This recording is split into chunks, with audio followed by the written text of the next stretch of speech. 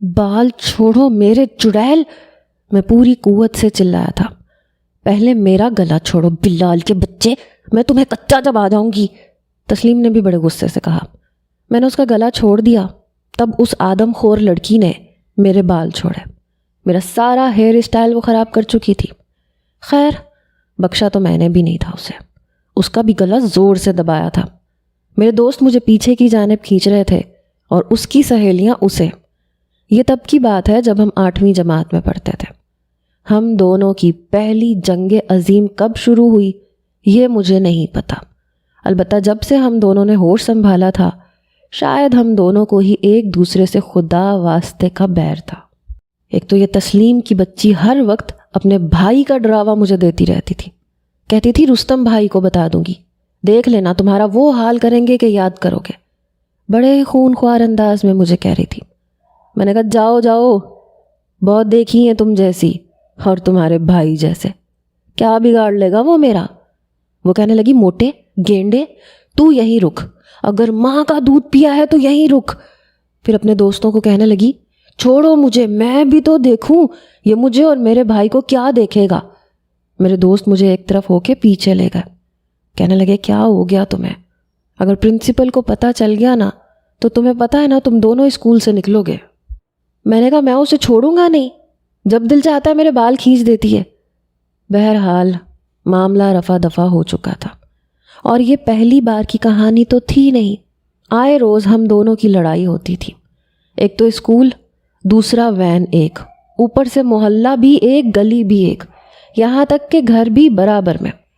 جب چھٹی ہوئی میں وین میں بیٹھنے لگا۔ میں ہمیشہ وین کے کنارے پہ بیٹھتا تھا، لیکن اس سے پہلے ہی تسلیم وہاں بیٹھ چکی تھی۔ میں نے کہا شرافت سے میری جگہ سے اٹھو ورنہ میں تمہیں چھوڑوں گا نہیں۔ وہ بجائے مجھے کچھ کہنے کے ڈرائیور کو کہنے لگی انکل اس موٹے سے کہیں پیچھے جا کے بیٹھے۔ میں صحت کا بہت اچھا تھا، بلکہ آپ مجھے اچھا خاصا بھی سمجھ سکتے ہیں، ظاہر ہے اپنے باپ کا کھاتا تھا اور کھا کے حلال بھی کر رہا تھا۔ میرا شمار تھوڑے سے موٹے لڑکوں میں ہوتا تھا، بلکہ تھوڑے سے نہیں، تھوڑے سے زیادہ، اسی لیے تو وہ چھپکلی مجھے موٹا گینڈا کہتی تھی۔ وین والا پیچھے کی طرف آ گیا، کہنے لگا کیا تماشا لگا رکھا ہے تم دونوں نے۔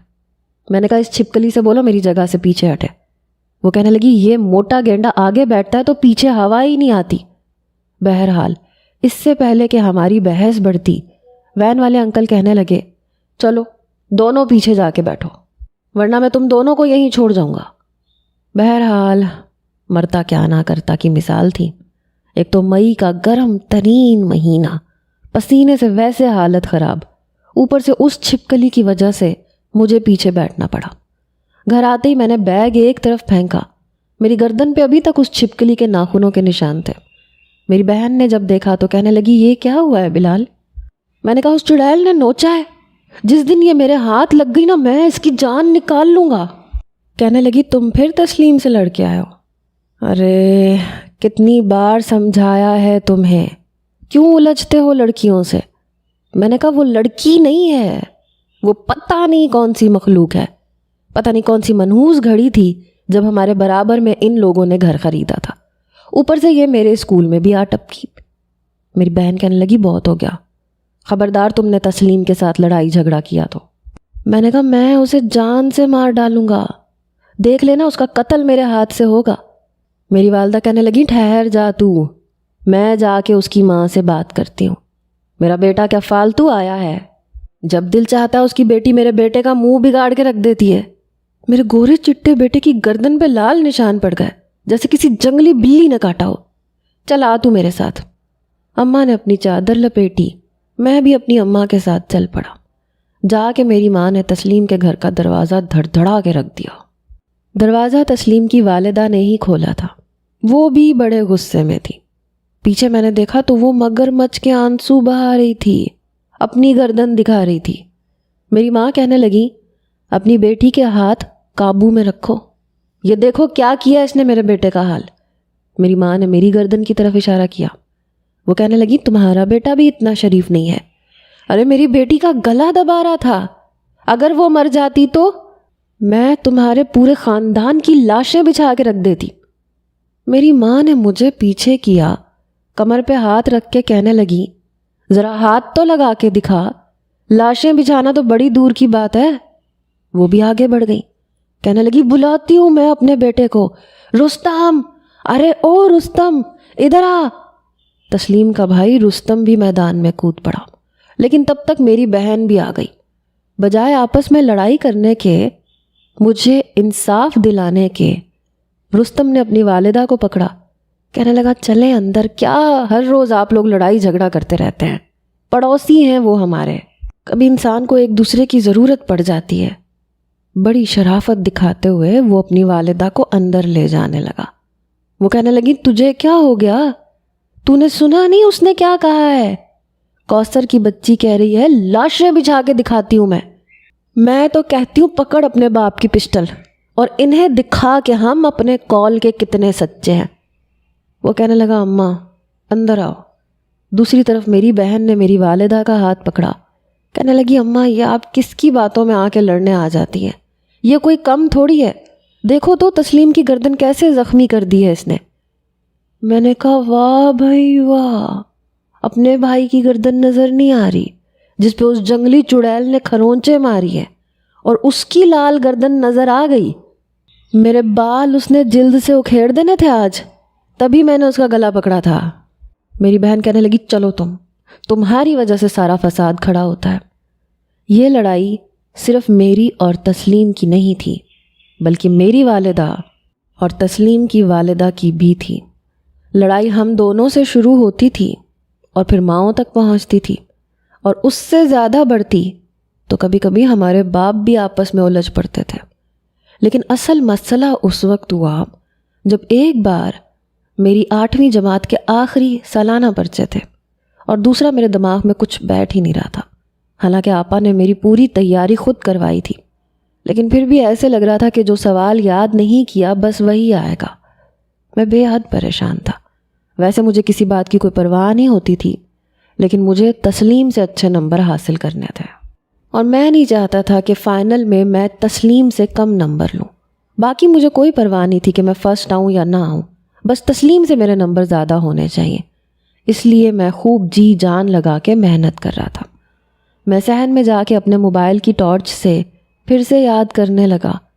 2-4 سوال میری بہن نے کہا تھا کہ یہ خاص امپورٹنٹ نہیں ہے، انہیں چوائس پہ چھوڑ دینا، لیکن میں انہیں بھی یاد کر رہا تھا تاکہ پیپر آئے تو مجھے سب کچھ آتا ہو۔ تبھی مجھے لگا جیسے چھت پہ سے سرگوشیوں کی آوازیں آ رہی ہیں، جیسے کوئی چھت پہ بات چیت کر رہا ہے۔ میں حیران کہ اس وقت کون ہو سکتا ہے۔ پھر مجھے ڈر بھی لگنے لگا کہ پتہ نہیں کوئی چور ہی نہ ہو، لیکن ایسا لگ نہیں رہا تھا۔ میں آہستہ آہستہ چھت پہ گیا۔ ٹارچ لائٹ میں نے انگلی سے دبا کے اس کی روشنی بند کر دی۔ جب میں چھت پہ گیا تو سامنے کا منظر دیکھ کے میرے ہوش اڑ گئے۔ میری بہن یہاں پہ اس چھپکلی کے بھائی رستم سے بات کر رہی تھی، اور وہ دونوں آہستہ آہستہ دھیمے لہجے میں پتہ نہیں کیا باتیں کر رہے تھے۔ میں چونکہ کچھ موٹا تھا، اس لیے جب چلتا تھا تو دھم دھم کی آواز پیدا ہو جاتی تھی۔ جیسے ہی میں سیڑھیاں چڑھ کے اوپر آیا تو ان دونوں کو شک ہو گیا۔ جیسے ہی میری نظر ان دونوں پہ پڑی تو رستم اپنی دیوار کود کے اپنی چھت پہ چلا گیا، یعنی وہ ہماری چھت پہ تھا۔ سامنے رابعہ کھڑی تھی۔ میں نے کہا آپا یہ رستم کا بچہ یہاں کیا کرنے آیا تھا؟ وہ کہنے لگی کون رستم؟ کوئی بھی رستم نہیں ہے یہاں۔ وہ بری طرح سے بوکھلائی، مجھ سے جھوٹ بول رہی تھی۔ میں نے کہا میں نے اپنی ان گنہگار آنکھوں سے اسے دیکھا ہے۔ کہنے لگی تو تمہارا دماغ تو نہیں چل گیا؟ یہاں کوئی بھی نہیں آیا؟ وہ تو مجھے گھبراہٹ سی ہو رہی تھی تو میں چھت پہ چکر لگانے آئی تھی۔ میں رابعہ کی زبان لڑکھڑائی تھی، وہ ہچکچا کے بولی تھی۔ میں نے کہا نہیں، میری نظر بڑی تیز ہے، میں نے اس کمینے رستم کو اپنی چھت سے اس کی چھت پہ کودتے ہوئے دیکھا ہے، میں تو سیدھا جا کے ابا کو بتاؤں گا۔ تبھی اس نے میرا ہاتھ پکڑا، کہنے لگی کیا کر رہے ہو؟ ضروری تو نہیں ہے کہ ہر وقت لڑائی جھگڑا کیا جائے۔ میں نے کہا مطلب کیا ہے تمہارا؟ دیکھو رابعہ کی بچی، مجھے سچ بتاؤ کیا مسئلہ ہے؟ کہنے لگی کوئی مسئلہ نہیں ہے، زیادہ میرے باپ بننے کی کوشش مت کرو ورنہ میں آج کے بعد پڑھاؤں گی نہیں تمہیں، اور تمہارے نمبر تسلیم سے کم آئیں گے پھر۔ میں کچھ گھبرا گیا کیونکہ جب تک اپیا نہیں پڑھاتی تھی میرے بھیجے میں کچھ نہیں بیٹھتا تھا۔ بہرحال وہ مجھے نیچے لے کے آ گئی، لیکن مجھے کچھ شک ہو گیا تھا۔ اب میں رات کو صحن میں ضرور آتا تھا، چھت پہ بھی چلا جاتا تھا، لیکن کوئی نہیں ہوتا تھا۔ پھر مجھے لگا کہ شاید میرا وہم ہے۔ فائنل پیپر میرے بہت اچھے ہوئے تھے، میری توقع سے بڑھ کے میرا رزلٹ آیا تھا، اور سب سے زیادہ خوشی مجھے یہ تھی کہ میرے نمبر تسلیم سے بہت زیادہ آئے تھے۔ میں سیکنڈ پوزیشن پہ آیا تھا۔ اس دن اس کا چہرہ دیکھنے کے قابل تھا، یوں مجھے گھور رہی تھی جیسے کھا جائے گی، کیونکہ وہ چوتھے نمبر پہ آئی تھی۔ میں تو یوں جھوم رہا تھا جیسے پتہ نہیں میں نے کون سا قارون کا خزانہ حاصل کر لیا، لیکن یہ بات بھی میرے لیے کسی خزانے سے کم نہیں تھی۔ بہرحال جان بوجھ کے میں نے اماں سے کہا کہ اماں مٹھائی تھوڑی سی پلیٹ میں ڈال کے دیں، ذرا پڑوسیوں کو جلا کے آتے ہیں، انہیں بھی تو پتہ چلے ان کی بیٹی نے مجھ سے کتنے کم نمبر لیے ہیں۔ میری ماں نے بھی فٹافٹ سے پلیٹ میں مٹھائی ڈالی اور مجھے پکڑا دی۔ میں فوراً سے گیا، دروازہ کھٹکھٹایا تو رستم بھائی نے دروازہ کھولا۔ میں نے مٹھائی کی پلیٹ دی، میں نے کہا میں سیکنڈ آیا ہوں۔ مجھے لگا تھا وہ جل بھن جائے گا بالکل اپنی بہن کی طرح، لیکن اس نے مٹھائی میرے ہاتھ سے پکڑ لی، کہنے لگا بہت بہت مبارک ہو تمہیں، ویل ڈن۔ میرے کندھے پہ تھپکی دے کے اس نے کہا۔ یہ دوسری بات تھی جو مجھے ٹھٹکی تھی۔ بہرحال مجھے کچھ عجیب سا لگا تھا، لیکن میں 9ویں جماعت میں گیا تو مجھے میرے دوستوں سے کافی باتوں کا پتہ چلا۔ میری بہن یونیورسٹی کے آخری سال میں تھی۔ رستم اپنے باپ کی دکان پہ بڑے جوش و خروش سے بیٹھتا تھا۔ مجھے میرے دوست نے کہا کہ اس نے ایک ریسٹورنٹ میں رابعہ اور رستم کو ایک ساتھ دیکھا تھا۔ میں نے تو یہ بات سننے سے پہلے اس کا گریبان پکڑ لیا اور اس سے میں نے جھنجھوڑ کے رکھ دیا۔ میں نے کہا تمہیں شرم نہیں آتی میری بہن کے بارے میں ایسی بات کرتے ہوئے؟ میری بہن ایسی نہیں ہے۔ وہ کہنے لگا تمہاری اپیا ہماری بھی اپیا ہے، ہم نے انہیں ہمیشہ بڑی بہن کی طرح ہی سمجھا ہے۔ ہمیں بھی حیرت ہوئی تھی کہ وہ تمہارے دشمن کے ساتھ کیا کر رہی ہیں۔ اس نے گریبان چھڑوایا۔ بات کچھ ایسی تھی کہ میں پریشان سا ہو کے رہ گیا۔ اگر میں یہ بات رابعہ اپیا سے پوچھتا تو وہ تو صاف مکر جاتی، اماں سے کہتا تو اماں بھی مجھے ڈانٹتی کہ تم نے بہن پہ شک کیا تو کیسے کیا۔ میں نے اپنے دوست سے کہا کہ اگر اب وہ لوگ تمہیں نظر آئیں تو مجھے ضرور فون کر دینا۔ وہ کہنے لگا ٹھیک ہے۔ 2 ہفتے بعد میری بہن کہنے لگی امی یونیورسٹی میں ایک فنکشن ہے، میں کچھ لیٹ ہو جاؤں گی۔ میری والدہ نے کبھی خواہ مخواہ میری بہن پہ پابندیاں نہیں لگائی تھیں، لیکن میرا دل کھٹکا تھا۔ میں نے اپنی بہن کا پیچھا کیا، وہ یونیورسٹی میں گئی، میں وہیں باہر ادھر ادھر مٹر گشتی کرتا رہا۔ وہ یونیورسٹی سے ٹھیک 3 بجے باہر آئی، اس کے بعد وہ بس اسٹاپ پہ کھڑی ہو گئی۔ میں بڑے فاصلے سے اسے دیکھ رہا تھا جب رستم کی موٹر سائیکل اس کے سامنے جا کے کھڑی ہوئی اور وہ بڑے آرام سے بیٹھ گئی۔ بہرحال میں نے جلدی سے رکشہ پکڑا، میں اس میں بیٹھ گیا۔ رکشے والے کو میں نے کہا اس موٹر سائیکل کا پیچھا کرو۔ وہ کہنے لگا میں کیوں پیچھا کروں؟ کون ہے وہ لوگ اور تم کیوں کسی کا پیچھا کر رہے ہو؟ میں نے کہا زیادہ سوال جواب نہیں کرو، بہن ہے میری۔ وہ کہنے لگا لو اب تم اپنی بہن اور بہنوئی کا پیچھا کرو گے، تمہیں شرم نہیں آئے گی؟ رکشے والا 1 نمبر کا پکاؤ انسان تھا۔ میں نے کہا وہ میرا بہنوئی نہیں ہے، مجھے رنگے ہاتھوں پکڑنا انہیں، سمجھے؟ یہ سن کے وہ شاید میری بات سمجھ گیا، کہنے لگا ٹھیک ہے کرایہ ڈبل لوں گا۔ میں نے کہا لے لینا لیکن اپنی زبان بند رکھو۔ میں نے دیکھا وہ دونوں ایک ریسٹورنٹ کے اندر گئے۔ میں نے رکشے والے کو پیسے پکڑائے۔ جب اندر گیا تو وہ دونوں کونے والی ٹیبل پہ بیٹھے ہوئے تھے۔ میں چھپ چھپا کے ان کے برابر والی ٹیبل پہ یوں بیٹھ گیا کہ میری پشت ان دونوں کی طرف تھی، وہ دونوں مجھے دیکھ نہیں سکتے تھے۔ میں نے بس ایک جوس منگوایا اور ہلکا ہلکا پینے لگا۔ تبھی ان دونوں کی باتیں شروع ہوئیں کہ آخر یہ کب تک چلے گا۔ بات رابعہ نے شروع کی تھی۔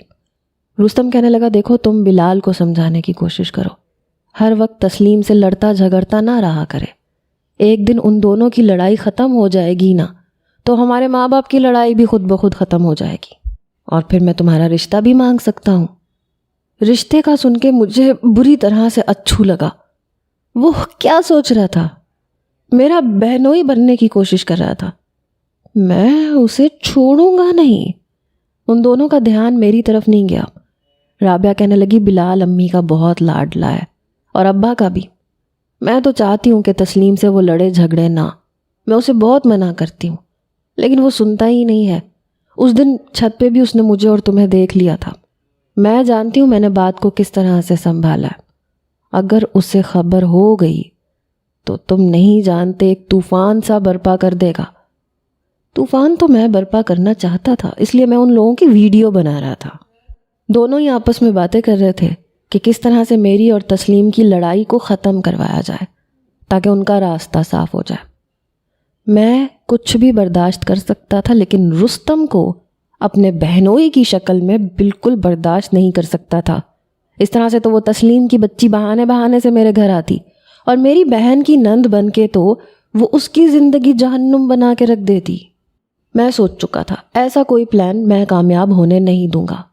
مر جاؤں گا یا مار ڈالوں گا، یہ شادی کبھی نہیں ہونے دوں گا. یہ بات 100% سچ تھی کہ ہم دونوں گھرانوں کے بیچ جتنے بھی فساد ہوئے تھے وجہ میں تھا یا تسلیم تھی، کیونکہ ہم دونوں کی لڑائی سب سے پہلے ہوتی تھی. پھر وہ آگے بڑھتی تھی، ماؤں تک پہنچتی تھی، پھر باپوں تک، اور پھر پورا محلہ ہمارا تماشا دیکھتا تھا. میں چپ چاپ وہاں سے واپس آیا. 5 بجے تک رابعہ بھی واپس آ چکی تھی. میں بڑے غصے سے اسے دیکھ رہا تھا. آتے ہی اس نے کھانا وانا بنایا. رات کو ڈنر کے بعد جیسے ہی رابعہ کچن میں جانے لگی تاکہ برتن دھو سکے، کچن کے کام نمٹا سکے، تو میں نے کہا ابا مجھے آپ سے بات کرنی ہے. کہنے لگے ہاں بولو. میں نے کہا اپیا کو بھی یہیں پہ بٹھاؤ. انہوں نے کہا کیوں؟ رابعہ کو کیوں؟ اب کیا کہہ دیا اس نے تمہیں؟ میری والدہ کہنے لگی ڈانٹ دیا ہوگا اس کو کسی بات پہ، پڑھتا نہیں ہے، یہ میری بچی کی جان کھاتا رہتا ہے، 4 گھنٹے لگاتی ہے پھر جا کے اس کی عقل میں کچھ بیٹھتا ہے. میں نے کہا آپ کی بچی اور کیا کیا کر رہی ہے میں آپ کو بتاتا ہوں. رابعہ کو بولیں بیٹھے یہاں پہ. میں نے تو اپیا کہنے کی بھی زحمت نہیں کی. اس نے غصے سے مجھے گھورا. کہنے لگی ابا دیکھ رہے ہیں آپ کتنا بدتمیز ہو گیا ہے، یہ مجھے رابعہ کہہ رہا ہے. میں نے کہا بیٹھو ادھر، ابھی بتاتا ہوں میں ابا کو تمہارے کارنامے. میری بات پہ وہ کچھ خوف زدہ ہوئی. کہنے لگی کون سے کارنامے؟ وہ شاید شک میں پڑی تھی. میں نے موبائل میں سے ویڈیو لگائی، اماں ابا کے سامنے رکھ دی. جیسے جیسے ویڈیو چل رہی تھی میرے ابا اماں آنکھیں پھاڑے ویڈیو کو دیکھ رہے تھے. رابعہ تو یوں تھی کہ کاٹو تو لہو نہ نکلے. اس نے ایک نظر مجھ پہ ڈالی پھر موٹے موٹے آنسو بہانے لگی. میں نے کہا اماں دیکھ رہی ہیں آپ دشمن کے بیٹے کے ساتھ رنگ رلیاں منا رہی ہے. میرے منہ سے یہ لفظ سن کے میرے باپ نے میری کمر پہ زوردار تھپڑ مارا. میں کراہ کے رہ گیا. کہنے لگا کمبخت، لفظ استعمال کرنے سے پہلے سوچ لیا کر کہ کس کے بارے میں بول رہا ہے. میری ماں کہنے لگی رابعہ یہ کیا حرکت ہے؟ وہ پہلے ہی رونے لگ گئی تھی. ایک تو یہ عورتوں کے پاس بہت بڑا ہتھیار ہے ان کے یہ آنسو. کہنے لگی اماں وہ میں ابا کے تھپڑ کھا کے ڈرا ہوا تھا. میں نے کہا ابا میں نے ان دونوں کو چھت پہ بھی دیکھا تھا. مجھے دیکھتے ہی وہ رستم کا بچہ اپنی چھت پہ لانگ کے نیچے چلا گیا تھا اور یہ رابعہ مکر گئی تھی. میں نے ساتھ ہی دوسری شکایت بھی لگا دی. ابا نے بڑے غصے سے رابعہ کو دیکھا. کہنے لگے یہ کیا ہے؟ وہ کہنے لگی وہ لڑکا برا نہیں ہے. ایک دھاڑ دھار آواز تھی میرے باپ کی. کہنے لگے رابعہ تو یوں سہم گئی جیسے پتہ نہیں کیا. ابا نے آج تک کبھی اتنے سخت لہجہ میں رابعہ سے بات نہیں کی تھی کیونکہ سارا غصہ تو لڑکوں پہ نکلتا ہے. رابعہ فوراً سے اپنے کمرے میں چلی گئی. ابا میری ماں پہ چلانے لگے کہ بیٹی پہ نظر نہیں رکھ سکتی. یہ کیا سن رہا ہوں میں؟ بات دشمن کے بیٹے کی نہیں ہے، بات غلط کام کی ہے. یونیورسٹی جانے کی اجازت دی ہے میں نے اسے. لیکن اتنی آزادی میں نے نہیں دی کہ یہ اپنے لیے خود ہی لڑکے کا انتخاب کرے۔ میں نے کہا بالکل ٹھیک کہا ابا آپ نے، ایسے کریں اس کا رشتہ کسی اور سے طے کر دیں۔ اندر ہی اندر میں یہ چاہتا تھا کہ رابعہ کی شادی رستم سے نہ ہو۔ ابا کہنے لگے میں کل ہی کسی رشتے والے سے بات کرتا ہوں، لیکن مجھے نہیں پتا تھا کہ رابعہ بڑی چالاک نکلے گی۔ اس نے کمرے میں جاتے ہی رستم کو فون کر کے سب کچھ بتا دیا۔ اگلے روز جیسے ہی اسکول سے میں واپس آیا، راستے میں مجھے رستم مل گیا۔ وہ بڑے غصے میں تھا، کیونکہ اب میں وین میں نہیں آتا تھا، اب میں بس میں آتا تھا۔ سنسان گلی دیکھ کے وہ میرے پاس آیا، کہنے لگا کیا سمجھتے ہو تم؟ ایسی حرکتیں کر کے ہم دونوں کو جدا کر سکتے ہو تم؟ میں نے کہا میری بہن سے دور رہنا، سمجھے نا، ورنہ بہن تمہارے گھر میں بھی ہے۔ میرا یہ کہنا تھا، اس نے میرا گریبان پکڑ لیا، کہنے لگا بہت تمیز سے بات کر رہا ہوں میں، میرے اور رابعہ کے بیچ میں مت آنا۔ تمہاری وجہ سے ہم دونوں کے گھروں میں ایسے فساد پڑے ہیں، ورنہ کوئی برائی نہیں ہے مجھ میں۔ میں تمہارے گھر رابعہ کا رشتہ بھیجتا تو دل اور جان سے قبول کیا جاتا۔ اچھا خاصا کماتا ہوں میں، کوئی عیب نہیں ہے، سگریٹ نہیں پیتا، پان نہیں کھاتا، کوئی برائی نہیں ہے مجھ میں، لیکن تمہاری وجہ سے یہ سب کچھ ہوا ہے۔ میں نے کہا میرا گریبان چھوڑو، سمجھے نا، ورنہ میں شور مچا دوں گا۔ کہنے لگا تمہیں تسلیم صحیح کہتی ہے، تم ہو ہی موٹے گینڈے فسادی۔ یہ کہہ کے اس نے میرا گریبان چھوڑا اور چلا گیا۔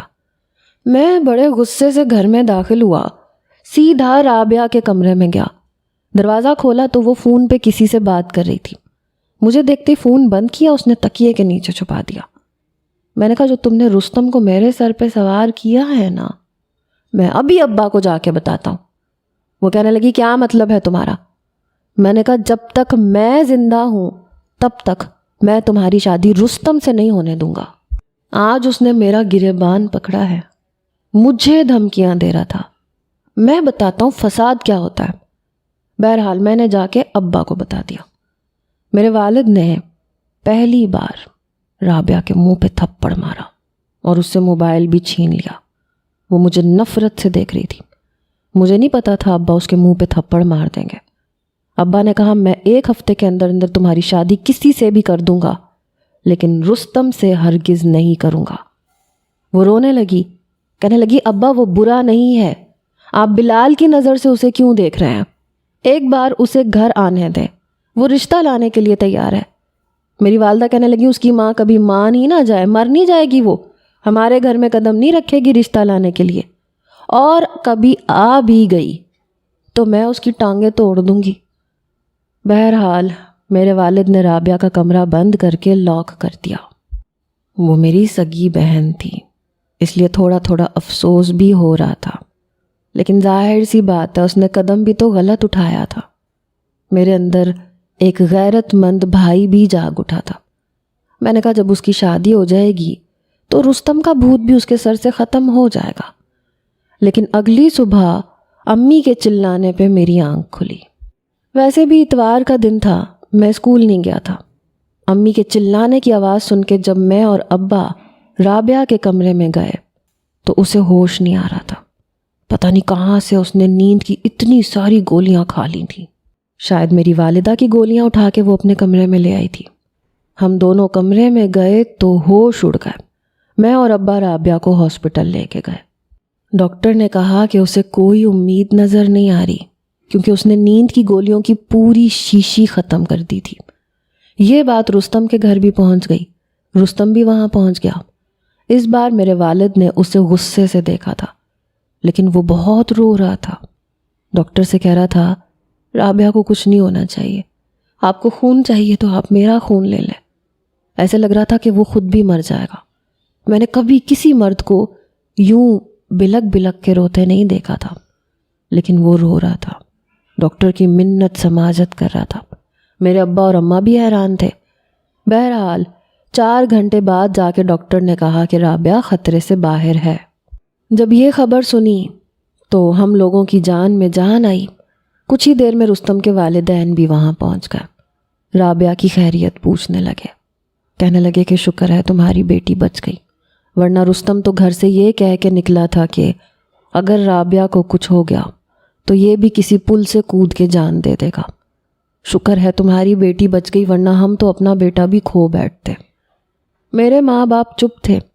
رستم کے والد کہنے لگے، دیکھو بیٹی تمہاری بھی اتنی ہی قصوروار ہے جتنا میرا بیٹا قصوروار ہے۔ اس بار تو وہ بچ گئی ہے، لیکن اگر تم لوگوں نے اپنی ضد نہ چھوڑی تو اگلی بار مر بھی سکتی ہے، اور ہو سکتا ہے کہ مجھے بھی اپنے بیٹے سے ہاتھ دھونا پڑے۔ بہتر ہے کہ ہم لوگ اپنی لڑائی چھوڑ کے بچوں کی خوشی کے بارے میں سوچیں۔ میری والدہ نے کہا، میں کسی قیمت پہ اپنی بچی کی شادی نہیں کروں گی۔ مجھے تم لوگوں پہ بھروسہ ہی نہیں ہے، اور ویسے بھی تمہاری بیوی بہت ظالم ہے، پتہ نہیں کل کو میری بیٹی کے ساتھ کیا سلوک کرے۔ یہ سن کے تسلیم کی والدہ کے ماتھے پہ بل پڑے، کہنے لگی، اچھا ہوتا مری جاتی اس کی بیٹی، چلو جی خواہ مخواہ ہمدردی جتانے آ گئے ہم۔ پھر رستم سے کہنے لگی، دیکھ لیا تم نے، ان کی بیٹی بستر مرگ پہ پڑی ہے اور اکڑ ہے کہ ختم ہونے کا نام نہیں لے رہی، اور تم مرے جا رہے تھے اس لڑکی کی خاطر۔ ارے میں کیا تمہیں ظالم لگتی ہوں جو اس کی بیٹی کو کچا پکا کے کھا جاؤں گی؟ چلو رستم، میں کسی قیمت پہ شادی نہیں کروں گی۔ وہ کہنے لگا، اگلی بار زہر میں کھاؤں گا۔ اور رابعہ تو بچ گئی، لیکن اگر آپ لوگوں نے اپنی ضد نہیں چھوڑی تو میں ضرور مر جاؤں گا۔ یہ کہنا تھا کہ تسلیم کی والدہ کہنے لگی، ہائے ہائے مرے تمہارے دشمن۔ یہ کہتے ہوئے اس نے مجھے دیکھا، میرے ماتھے پہ بھی بل پڑ گئے۔ کہنے لگی، تم کیوں مرنے لگے؟ پتہ نہیں تمہیں کیا سوجی، تمہیں دنیا جہان کی لڑکیاں نظر نہیں آئیں، ایک اس کی چپٹے ناک والی لڑکی تمہیں پسند آ گئی۔ رستم کہنے لگا، اگر آپ لوگ اپنی ضد سے باز نہیں آئیں گے تو مجھے اور رابعہ کو ہمیشہ کے لیے کھو دیں گے۔ فیصلہ میں آپ لوگوں پہ چھوڑتا ہوں۔ اماں، میں رابعہ کے علاوہ کسی سے شادی نہیں کروں گا، اور اگر اس کی شادی کسی اور کے ساتھ ہوئی تو میں جان دے دوں گا۔ یہ کہہ کے وہ جا چکا تھا۔ رستم کے والدین بھی وہیں سر پکڑ کے بیٹھ گئے، اور میرے والدین بھی۔ کچھ دیر بعد رابعہ کو ہوش آیا اور وہ رستم رستم پکار رہی تھی۔ اسے نہ ماں باپ کا نام یاد تھا نہ بھائی کا، بلکہ اگر کوئی یاد تھا تو وہ تھا رستم۔ بس 4 دن کی محبت ماں باپ کی برسوں کی محبت پہ بھاری ہو جاتی ہے۔ بہرحال رابعہ کی پیلی رنگت دیکھ کے اور ایسی حالت دیکھ کے میں رونے لگ گیا۔ میں نے کہا، اپیا یہ تم نے کیا کیا؟ اس نے اپنے ہاتھ سے میرا ہاتھ چھڑوائے، کہنے لگی، تمہیں کیا لگے؟ تمہاری وجہ سے ابا نے میرے منہ پہ تھپڑ مارا، تمہاری وجہ سے سب کچھ ہو رہا ہے۔ اگر تم ٹھیک رہتے تو یہ سب کچھ نہ ہوتا، سب کچھ عزت سے ہو جاتا۔ میں نے کہا، ٹھیک ہے، میں کہہ دیتا ہوں ابا سے، کر دیں وہ تمہاری شادی رستم سے۔ لیکن میری والدہ ماننے کو تیار ہی نہیں تھی۔ وہ کہتی تھی، نہیں، مجھے رستم کی ماں پہ ذرا بھروسہ نہیں ہے۔ آج تو رابعہ کے سر پہ عشق کا بھوت سوار ہے، شادی کے 4 دن گزریں گے تو سارا بھوت نکل جائے گا۔ اس کی ماں میری بیٹی سے گن گن کے بدلے لے گی، یوں تو میں اپنی بیٹی اس کو نہیں دوں گی۔ میں نے کہا، ماں آپ شادی نہیں کریں گی تو آپ کی بیٹی ویسے ہی مر جائے گی، بہتر ہے کہ جہاں یہ چاہتی ہے وہاں کر دیں۔ اماں کہنے لگی، تم تو چپ ہی رہو، شادی کروں گی تو وٹے سٹے سے کروں گی۔ میں سمجھ میں پڑ گیا کہ یہ وٹا سٹا کیا۔ میں نے کہا، اماں یہ وٹا سٹا کیا ہوتا ہے؟ کہنے لگی، میری بیٹی اگر رستم کے ساتھ جائے گی تو اس کی بیٹی تمہارے نکاح میں آئے گی۔ تسلیم کا نام سن کے تو میں بری طرح سے بدک کے رہ گیا۔ میں نے کہا، میں نہیں کروں گا اس چڑیل سے شادی، سارا فساد اس کا پھیلایا ہوا ہے۔ سب سے پہلے لڑائی اس نے شروع کی تھی۔ میں اپنے دوستوں کے ساتھ شرافت سے کرکٹ کھیل رہا تھا، وہ آئی، آ کے اس نے بال پکڑ لی، کہنے لگی بال نہیں دوں گی۔ وہاں سے پہلی لڑائی شروع ہوئی تھی۔ اماں میں اس سے شادی نہیں کر سکتا، رابعہ کی شادی آپ رستم سے کریں یا نہ کریں، میں اس چڑیل کو اپنے سر پہ نہیں بٹھا سکتا۔ آپ کو نہیں پتہ وہ آپ کی زندگی حرام کر کے رکھ دے گی۔ میری ماں کہنے لگی، ایسے کیسے کر کے رکھ دے گی؟ اگر رابعہ کے ساتھ کوئی زیادتی ہوگی تو تسلیم کے ساتھ بھی میں ویسا ہی سلوک کروں گی۔ میں نے کہا، آپ نہیں جانتی ان ماں بیٹی کو، وہاں وہ رابعہ پہ ظلم کریں گی، یہاں تسلیم آپ کی زندگی اجیرن بنا کے رکھ دے گی۔ بہت فتنہ عورت ہے، اتنی سی عمر میں بھی اس کا دماغ عورتوں کی طرح چلتا ہے۔ لیکن میری ماں نے یہی شرط رکھی تھی۔ میں نے رابعہ سے کہا، دیکھو تمہاری خاطر میں قربانی نہیں دوں گا، نیند کی گولیوں کا نام مجھے بھی بتا دو، میں بھی کھا لیتا ہوں، لیکن میں اس چڑیل سے شادی نہیں کروں گا۔ رابعہ کہنے لگی، مجھے پتا تھا، بھائی ہوتے ہی خود غرض ہے، قربانی صرف بہن دیتی ہے۔ میں نے کہا دیکھو یہ ایموشنل بلیک میل مجھے نہیں کرو۔ بہرحال جب رستم کے گھر والے رابعہ کا رشتہ مانگنے آئے تو رستم بھی ساتھ آیا تھا، اور وہ تسلیم کی بچی بھی ساتھ آئی تھی۔ وہ ٹانگ پہ ٹانگ رکھ کے بیٹھی ہوئی تھی۔ اسے یوں غرور میں دیکھ کے تو میرا بھی جی چاہا میں بھی اس کے ساتھ شادی کر کے اسے مزہ چکھاؤں، مگر وہ بڑی خطرناک قسم کی لڑکی تھی۔ بہرحال میری والدہ نے جو ہی شرط ان کے سامنے رکھی، تسلیم کے والدین کے ساتھ ساتھ تسلیم کی بھی آنکھیں پھٹی، رستم بھی حیران۔ میری ماں کہنے لگی کہ اگر آپ کو وٹا سٹا منظور ہے تو ہمیں کوئی اعتراض نہیں۔ تسلیم کی والدہ کہنے لگی، میری بچی تو ابھی 9ویں جماعت میں پڑھتی ہے، کوثر کچھ تو سوچ سمجھ کے بات کرو۔ میری والدہ کہنے لگی، میرا بیٹا بھی کوئی MA پاس نہیں ہے، وہ بھی 9ویں جماعت میں ہی پڑھتا ہے، دونوں ایک ہی عمر کے ہیں۔ کہنے لگی ٹھیک ہے نکاح کر دیتے ہیں، رخصتی اس وقت کر لیں گے جب یہ دونوں شادی کے قابل ہو جائیں گے۔ لیکن میری والدہ نے صاف انکار کر دیا کہ نہیں بھائی نہیں، رخصتی ساتھ ہی ہوگی، اگر تمہاری بہن کی رخصتی نہیں ہوئی تو پھر میں بھی بیٹی کی رخصتی نہیں کروں گی۔ بہرحال رستم کی والدہ بھی سوچ میں پڑ گئی، اور تسلیم تو غصے سے مجھے گھورتے ہوئے وہاں سے جا چکی تھی۔ اپنی ماں سے کہنے لگی، بھائی کا گھر بسے یا نہ بسے، میں اس کمینے کی دلہن کبھی نہیں بنوں گی۔ میں بھی مطمئن ہو گیا کہ چلو بلا ٹلی، انکار ان کی طرف سے ہوگا، ہم پہ کوئی الزام بھی نہیں آئے گا، اور رابعہ کا دل ہماری طرف سے کھٹا بھی نہیں ہوگا۔ لیکن پورے 8 دن کے بعد ان لوگوں نے ہماری بات مان لی، اور میرے چھکے چھوٹ کے رہ گئے، کیونکہ میں سوچ بھی نہیں سکتا تھا کہ میرے ساتھ ایسا سب کچھ بھی ہو جائے گا۔ میں جب اگلے روز اسکول گیا تو میں نے دیکھا تسلیم کی رو رو کے آنکھیں سوجی ہوئی تھی۔ اس کا مطلب وہ بھی انکار کر رہی تھی، لیکن یہ رستم کا بچہ، یہ یقیناً اسے بھی ڈرا دھمکا رہا ہوگا۔ محبت ان دونوں نے کی تھی، مصیبت میں ہم دونوں پھنس رہے تھے۔ پہلی بار میں نے تسلیم کے پاس جا کے بڑی تمیز سے کہا کہ مجھے تم سے کچھ بات کرنی ہے، لیکن اس نے اسی طرح، اسی جنگلی بلی کے انداز سے چڑ کے کہا، دفع ہو جاؤ یہاں سے ورنہ میں تمہارا قتل کر دوں گی، تمہاری وجہ سے مجھ پہ یہ مصیبت آئی ہے۔ میں نے بھی تنک کے کہا، دیکھو مجھے کوئی شوق نہیں ہے تم سے شادی کرنے کا۔ وہ کہنے لگی، تو میں کون سا مری جا رہی ہوں تم سے شادی کرنے کے لیے؟ اپنے آپ کو دیکھا ہے تم نے، موٹے گینڈے؟ مجھے غصہ تو بہت آیا، لیکن اس وقت نزاکت کچھ اور تھی۔ میں نے کہا، دیکھو اگر ہم دونوں چاہیں تو سب کچھ ٹھیک ہو سکتا ہے۔ وہ کہنے لگی، میرے بھائی کے سر پہ تمہاری بہن کے عشق کا بھوت سوار ہے، اور وہ مجھے مجبور کر رہا ہے، کہتا ہے کہ خودکشی کر لوں گا اگر تم نے انکار کیا تو۔ دیکھو میں تم سے شادی نہیں کرنا چاہتی، اور میں کروں گی بھی نہیں۔ وہ ساتھ ساتھ آنسو بہا رہی تھی اور اپنے ہاتھ کی پشت سے آنسو صاف بھی کر رہی تھی۔ میں نے کہا، میں بھی ایسا نہیں چاہتا، دیکھو اگر تم چاہو تو سب کچھ ٹھیک ہو سکتا ہے۔ وہ کہنے لگی، وہ کیسے؟ میں نے کہا، 2 منٹ اکیلے میں بات سنو گی میری؟ وہ کہنے لگی، اکیلے میں کیوں؟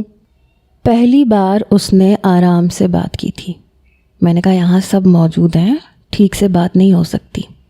کہنے لگی، میں تمہارے ساتھ کہیں بھی اکیلے نہیں جاؤں گی، مجھے تم پہ بھروسہ نہیں ہے۔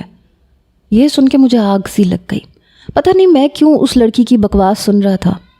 بڑے تحمل کا مظاہرہ دکھاتے ہوئے میں نے کہا، دیکھو یہ کوئی عمر نہیں ہے ہماری شادی کی، ابھی ہم 9th کلاس میں ہیں، ہمارے بڑے بہن بھائی شاید پاگل ہو گئے ہیں، خود تو مر رہے ہیں، ہمیں بھی ساتھ میں مروا رہے ہیں۔ میں نے اسے متانت سے سمجھانا چاہا۔ وہ کہنے لگی، تمہارا کیا جائے گا، تمہیں تو ایک خوبصورت سلم اسمارٹ سی لڑکی مل رہی ہے، لیکن میں، یہ کہہ کے اس نے مجھے سر سے پیر تک دیکھا اور پھر آنسو بہانے لگی۔ مجھے تپ چڑھ کے رہ گئی، شاید میرا فیصلہ غلط تھا کہ میں نے اس لڑکی سے بات کی۔ میں نے کہا، کوئی بات نہیں بچوں، ساری زندگی مجھ جیسے موٹے گینڈے کے ساتھ ہی تم نے زندگی گزارنی ہے، سوچ سمجھ کے آنا اب میرے گھر، چھوڑوں گا نہیں تمہیں۔ یہ کہہ کے میں اپنی سیٹ پہ جا کے بیٹھ گیا۔ پورا دن میں نے اس منحوس لڑکی کی شکل نہیں دیکھی، نہ ہی اس نے میری شکل دیکھی، لیکن ہم نے ابھی تک کلاس میں کسی کو یہ نہیں بتایا تھا کہ ہمارے ساتھ 1 مہینے بعد کیا ہونے والا ہے۔ بہن بھائیوں کی شادی نہیں ہو رہی تھی، بلکہ ہماری بھی ساتھ میں شادی ہو رہی تھی، وہ بھی رخصتی سمیت۔ میں بے حد پریشان تھا۔ میری شادی کی عمر ہی نہیں تھی، نہ ہی مجھے ایسا کوئی شوق تھا۔ میں سوچ چکا تھا کہ رابعہ کا نکاح ہوتے ہی اپنے نکاح سے مکر جاؤں گا۔ میں کیوں اس مصیبت کو اپنے گلے باندھوں؟ بہرحال صرف شادی کا ہی فنکشن تھا۔ مجھے بھی اماں نے سفید شلوار قمیض پہننے کو دی۔ کہنے لگی، نکاح کے وقت دھیان رکھنا، کتنا حق مہر وہ اپنی بیٹی کا لکھوا رہے ہیں، اتنا ہی ہم بھی رابعہ کا لکھوائیں گے۔ میں نے کہا کیا مطلب؟ پہلے میرا نکاح ہوگا؟ اماں کہنے لگی، تو اور کیا، مجھے رستم پہ بھروسہ ہی نہیں ہے، کیا خبر رابعہ سے نکاح ہوتے ہی اپنی بہن کے نکاح سے مکر جائے۔ میرا دل بجھ کے رہ گیا۔ بہرحال میرا نکاح اس چڑیل سے ہوا، پھر رابعہ کا نکاح رستم سے ہوا۔ رخصتی کے وقت میں نے پہلی بار تسلیم کو ایسے روتے دیکھا، اپنی ماں کے ساتھ لگ کے روئے جا رہی تھی۔ خیر مجھے کون سی پرواہ تھی، رو دھو کے وہ میرے ساتھ رخصت ہو کے میرے گھر آ گئی، اور رابعہ رستم کے ساتھ اس کے گھر چلی گئی۔ اب وہ نوابزادی میرے کمرے میں قبضہ جمائے بیٹھی تھی۔ میں نے اماں سے صاف کہہ دیا کہ میں اسے اپنے کمرے میں نہیں سلاؤں گا، یہ میرے ساتھ ایک کمرے میں نہیں رہے گی۔ میری والدہ کہنے لگی، زیادہ بک بک کی تو ایک تھپڑ منہ پہ ماروں گی، چلو جاؤ اپنے کمرے میں، اور ہاں روب میں رکھنا اس لڑکی کو، اسے کہنا کہ میری ماں کے آگے زبان نہ چلائے اور وہ سب کام کرے جو رابعہ اس کے گھر پہ کرے گی، کوئی ضرورت نہیں ہے تمہیں اس سے ڈرنے کی۔ میں نے کہا میں نہیں ڈرتا اس سے، آپ نے مجھے کیا سمجھ رکھا ہے؟ اماں کہنے لگی، پھر کمرے میں کیوں نہیں جا رہا؟ تیرا کمرہ ہے، تیرا گھر ہے، اس کے باپ کا نہیں ہے جو وہ نواب بن کے رہے، روب سے رہ تو اپنے کمرے میں۔ میں نے کہا ہاں اماں تم ٹھیک کہتی ہو، مجھے کیا ضرورت پڑی اپنا کمرہ چھوڑوں، میں روب سے جا کے اپنے بیڈ پہ رہوں گا، اور پھر میری اچھی خاصی جان کے سامنے وہ چھپکلی میرا کیا بگاڑ لے گی؟ میری ماں نے میری بات سن کے کہا، شاباش بیٹا جا، اور خبردار جو ڈر کے واپس آیا۔ میں نے کہا سوال ہی پیدا نہیں ہوتا۔ میں بہرحال بڑے جوش اور جذبے سے کمرے میں داخل ہوا، وہ اب بھی رو رہی تھی۔ میں نے کمرے کا دروازہ ذرا زور سے بند کیا، دروازے کی آواز پہ وہ بری طرح چونکی، پھر مجھے غصے سے دیکھا۔ آج اس کی آنکھوں میں پہلی بار میں نے خوف دیکھا تھا۔ کہنے لگی، دیکھو میرے ساتھ بالکل تمیز سے رہنا بلال، ورنہ تم جانتے ہو۔ میں نے کہا تمیز سے مجھ سے بات کرو، اب میں شوہر ہوں تمہارا۔ وہ کہنے لگی، شکل دیکھی ہے تم نے اپنی، بڑے آیا شوہر، وہ تب کے بولی۔ میں نے کہا دیکھ بچوں، اب گن گن کے بدلے لوں گا تم سے۔ میری بات پہ پہلے تو وہ گھبرا گئی، پھر کہنے لگی، ہاں جیسے میں تمہیں بخش دوں گی، کسی غلط فہمی میں مت رہنا، اینٹ کا جواب پتھر سے دینا آتا ہے مجھے بھی۔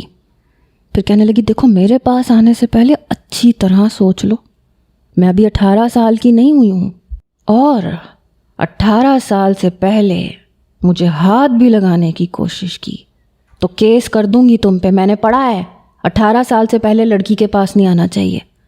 یہ بات اس نے گھبراتے ہوئے کہی تھی، شاید اس سے مجھ سے یہی خوف تھا۔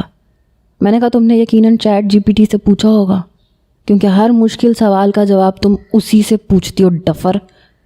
میری بات پہ وہ کچھ متحیر ہوئی اور ایسے نظریں چرا گئی جیسے میں نے اس کی چوری پکڑ لی ہو۔ میں نے کہا مجھے کوئی شوق بھی نہیں ہے تمہارے قریب آنے کا، شکل دیکھی ہے تم نے کبھی آئینے میں، مجھے تمہیں دیکھ کے بس ایک کام کرنے کی خواہش ہوتی ہے، اور وہ یہ کہ میں تمہارا سر پھاڑ دوں۔ میری بات سن کے اس کے ماتھے پہ بل پڑے۔ میں نے کہا یہ مت سمجھنا دیکھو کہ شادی ہو گئی ہے تو تم اسکول سے بچ جاؤ گی، تم شرافت سے میرے ساتھ اسکول جاؤ گی۔ میری بات سن کے وہ کہنے لگی، نہیں بھائی میں اسکول نہیں جاؤں گی، ساری لڑکیاں میرا مذاق اڑائیں گی، اتنی چھوٹی لڑکی کی شادی تھوڑی ہوتی ہے۔ وہ بری طرح نروس ہوئی تھی۔ میں نے کہا تو میں کون سا 30 سال کا ہوں، مذاق میرا بھی اڑے گا، اور وہ بھی تمہارے بھائی کی وجہ سے، اس لیے میں اکیلا یہ شرمندگی نہیں اٹھانے والا۔ تمہیں میں بخشوں گا نہیں، تم میرے ساتھ اسکول جاؤ گی، میرا مذاق بنے گا تو تمہارا بھی بنے گا۔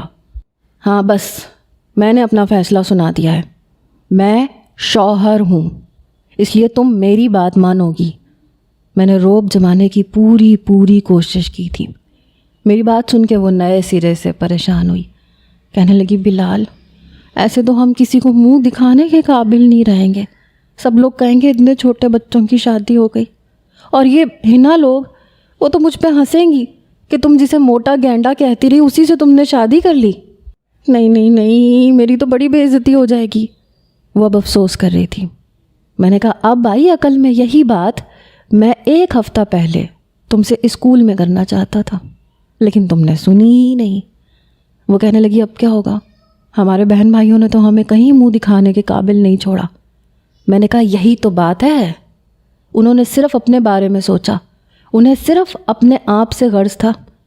وہ کہنے لگی تمہیں پتہ ہے میں نے رستم بھائی کی اتنی منتیں کیں کہ کہیں اور شادی کر لیں، لیکن انہوں نے میری ایک نہیں سنی۔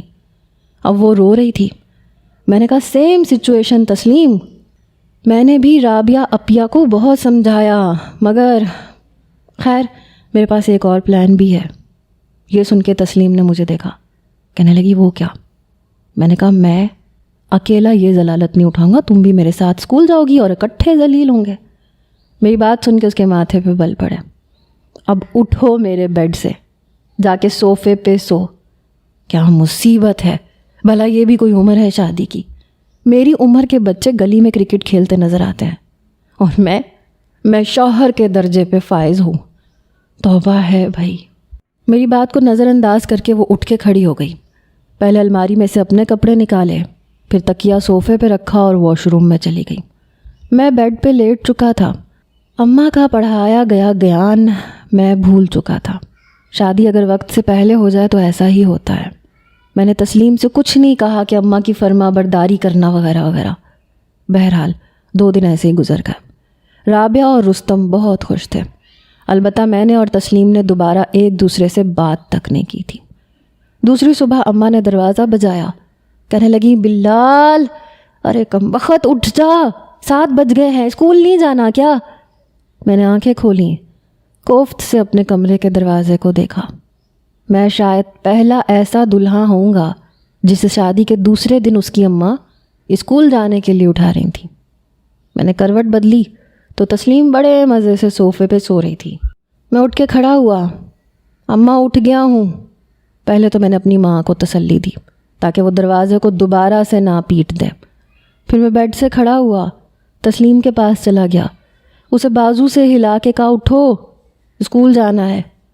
میری بات سن کے اس نے آنکھیں کھولیں مگر دوبارہ سے بند کر لیں۔ میں نے کہا اٹھو شرافت سے۔ وہ کہنے لگی نہیں، مجھے اپنی عزت بہت پیاری ہے، میں اپنی دوستوں کے سامنے ذلیل نہیں ہونا چاہتی، اور ویسے بھی شادی کے بعد لڑکیاں پڑھتی نہیں ہیں۔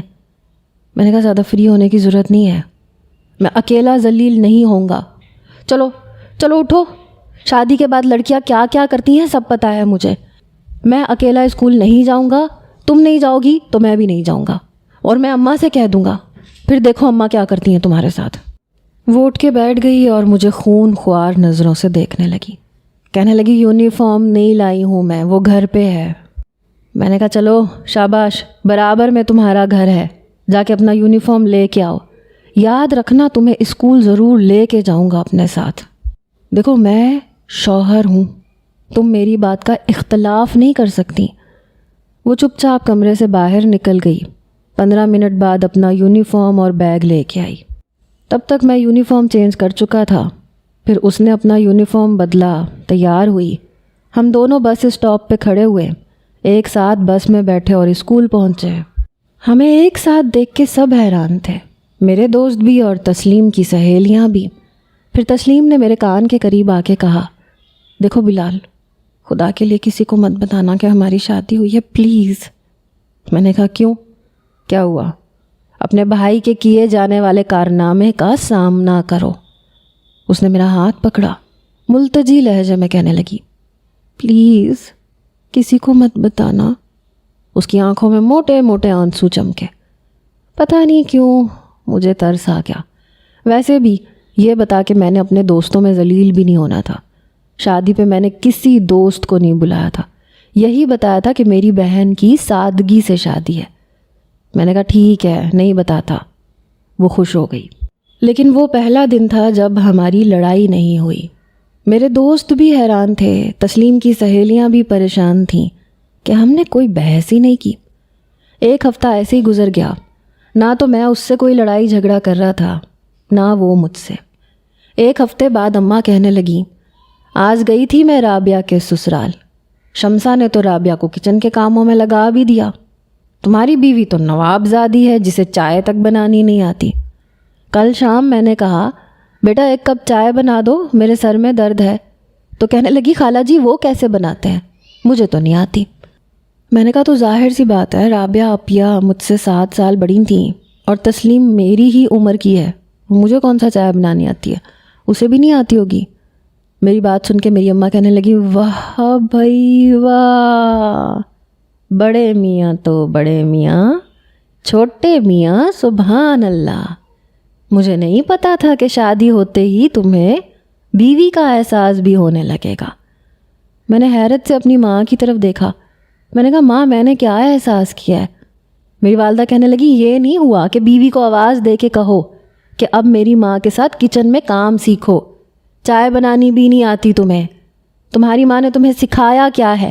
بجائے اسے یہ کچھ کہنے کے الٹا تم مجھے کہہ رہے ہو کہ کوئی بات نہیں، کون سا مجھے چائے بنانی آتی ہے۔ مجھے بتاؤ لڑکوں کو بھی لڑکیوں جیسے کام آتے ہیں کبھی؟ میں نے کہا اماں مجھے کیا پتا، ایسا کریں آپ کو جو کہنا ہے آپ خود کہہ دیں۔ اماں کہنے لگی چلو جی، شادی کو 15 دن نہیں ہوئے اور تم بیوی کے سامنے بھیگی بلی بھی بن گئے۔ 15 دن سے تسلیم مجھے تو شرافت ہی دکھا رہی تھی، اس نے مجھ سے لڑائی تک نہیں کی تھی، میں تو یہی شکر کر رہا تھا۔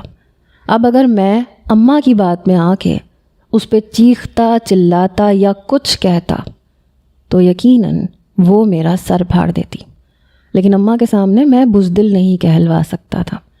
میں نے اسے آواز دی، تسلیم ادھر آؤ۔ وہ شاید کمرے میں بیٹھی اپنا ہوم ورک کر رہی تھی، ہاتھ میں پین پکڑے ہی باہر آ گئی۔ کہنے لگی کیا ہے، کیوں شور مچا رکھا ہے، تمہیں پتہ بھی ہے میں پڑھ رہی ہوں۔ میں نے کہا اماں کے لیے چائے بنا کے لے کے آؤ۔ وہ کہنے لگی مجھے نہیں آتی چائے بنانی۔ میں نے کہا تمہاری اماں نے تمہیں یہ بھی نہیں سکھایا، کیا سیکھ کے آئی ہو اپنے گھر سے؟ وہ کہنے لگی جوتے مارنا بہت اچھے طریقے سے سکھایا ہے، ماروں تمہارے سر پہ؟ یہ سن کے میں ذرا سا گھبرایا۔ میری ماں کہنے لگی بڑی تیز زبان چلتی ہے تمہاری۔ کہنے لگی میں آپ سے بھی کہہ چکی ہوں کہ مجھے نہیں آتی چائے بنانی، تو بس نہیں آتی۔ وہ کہنے لگی کل سے تم بھی باورچی خانے میں آؤ گی، کیونکہ میری بیٹی سے تمہاری ماں نے کام کروانا شروع کر دیا ہے۔ وہ کہنے لگی تو آپ کی بیٹی پڑھنے کے لیے اسکول نہیں جاتی، اپنے بیٹے سے کہے میرا اسکول جانا بند کر دے، میں باورچی خانے میں آپ کے ساتھ مدد کروا دوں گی۔ میں نے کہا جی نہیں، اسکول تم ہر حال میں جاؤ گی، اسکول چھڑوا دیں، میں اکیلا سب کے سامنے ذلالت برداشت نہیں کروں گا۔ ویسے بھی ایسی باتیں چھپتی نہیں ہیں، جس دن تمہاری دوستوں کو پتہ چلے گا کہ تمہاری شادی مجھ سے ہوئی ہے، اس دن تمہاری ذلالت اپنی آنکھوں سے دیکھوں گا۔ یہ کہہ کے میں کمرے میں آ گیا۔ کچھ دیر بعد وہ بھی کمرے میں آ گئی، کہنے لگی دیکھو مجھے زیادہ دھمکیاں مت دو، میں ڈرتی نہیں ہوں تم سے۔ میں نے کہا میں شوہر ہوں تمہارا۔ وہ کہنے لگی یہ کیا بار بار شوہر شوہر کی رٹ لگاتے ہو، میں 2 تھپڑ لگاؤں گی، ساری شوہر پنتی تمہاری سیدھی ہو جائے گی۔ میں نے کہا اور میں جیسے کھا لوں گا، میری صحت دیکھی ہے تم نے، میرے سامنے تم کچھ بھی نہیں ہو۔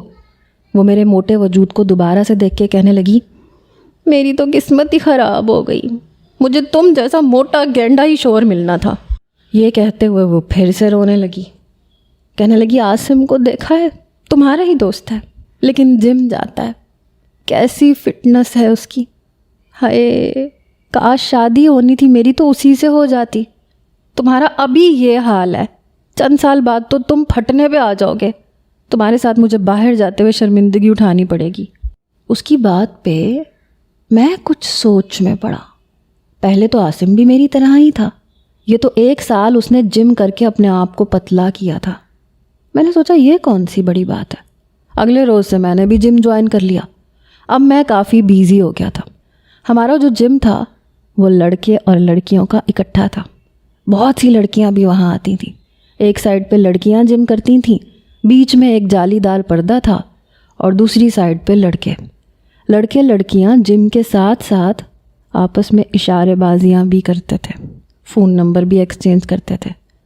تبھی میری نظر وہاں پہ جم کرتی مبشرہ پہ پڑی. کیا لڑکی تھی، ایک دم چکاس، کیا اس کی فٹنس تھی. اس پہ اس کا ورک آؤٹ ڈریس دیکھ کے پہلی بار میری بیٹ مس ہوئی. اسپورٹس برا کے ساتھ ٹریننگ ٹائٹس پہنے وہ ایکسرسائز کرتی تو مجھے کچھ ہونے لگتا تھا. پہلی بار کچھ سوچ بدلی تھی. وہ لڑکی فٹ فاٹ تھی مگر پھر بھی جم آتی تھی. پہلے پہل تو اس نے مجھے دیکھ کے نظر انداز کیا، لیکن میں نے پورے 2 مہینے میں اپنا وزن پورے 10 کلو کم کر لیا. پہلی بار اس نے سرسری سی نظر مجھ پہ ڈال کے ہٹائی، لیکن پھر سے مجھے دیکھا. میں نے اس کو دیکھ کے مسکرانا اپنا فرض سمجھا. چلتے ہوئے وہ میرے پاس آئی، کہنے لگی آپ نے تو بڑی جلدی اپنے آپ کو کور کر لیا. میں نے کہا جی ہاں. میں نہیں جانتا تھا کہ صرف موٹاپا ہی میری شخصیت کو خراب کر چکا تھا. 4 مہینے کے اندر میں کافی حد تک سمارٹ نظر آنے لگا. جب تک 9ویں جماعت کے فائنل پیپرز ہوئے، میرے دوست مجھے پہچاننے سے انکار کرتے تھے. کہتے تھے کہ تم تو وہ بلال لگتے ہی نہیں ہو. 1 سال ہم دونوں اس بات کو چھپانے میں کامیاب ہو چکے تھے کہ ہم میاں بیوی ہیں. ہمارے بیچ کچھ ایسا تھا بھی نہیں. اس دوران میری مبشرہ سے اچھی خاصی دوستی ہو گئی تھی. مجھے وہ اچھی بھی لگنے لگی تھی. 1 سال بعد جب میں نے جم چھوڑنے کا فیصلہ کیا تو وہ کہنے لگی کہ اب ہم ریسٹورنٹ میں ملا کریں گے، تم آؤ گے نا مجھ سے ملنے؟ میں نے کہا ہاں کیوں نہیں. میری تو باتیں ہی کھل گئیں. 1 سال میں تسلیم نے بھی اماں کے ساتھ مل کے کافی کچھ پکانا سیکھ لیا تھا، لیکن مجھے سمجھ نہیں آ رہا تھا کہ مبشرہ سے ملنے جاؤں تو پہنوں کیا.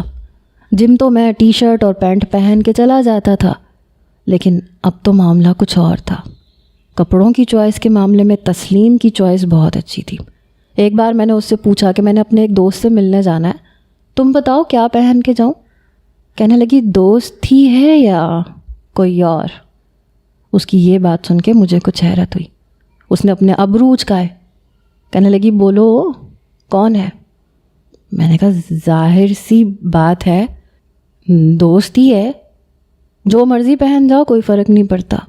ہاں اگر شی ہوتی تو میں تمہیں ضرور بتا دیتی. میں بیڈ سے اٹھ کے صوفے پہ اس کے پاس جا کے بیٹھ گیا. میں نے کہا اگر میری زندگی میں کوئی لڑکی آ جائے تو تمہیں کوئی فرق نہیں پڑے گا؟ کہنے لگی مجھے کیوں فرق پڑے گا؟ دیکھو تم مجھے اتنے بھی اچھے نہیں لگتے کہ اگر تمہاری زندگی میں کوئی لڑکی آ جائے تو مجھے فرق پڑے گا.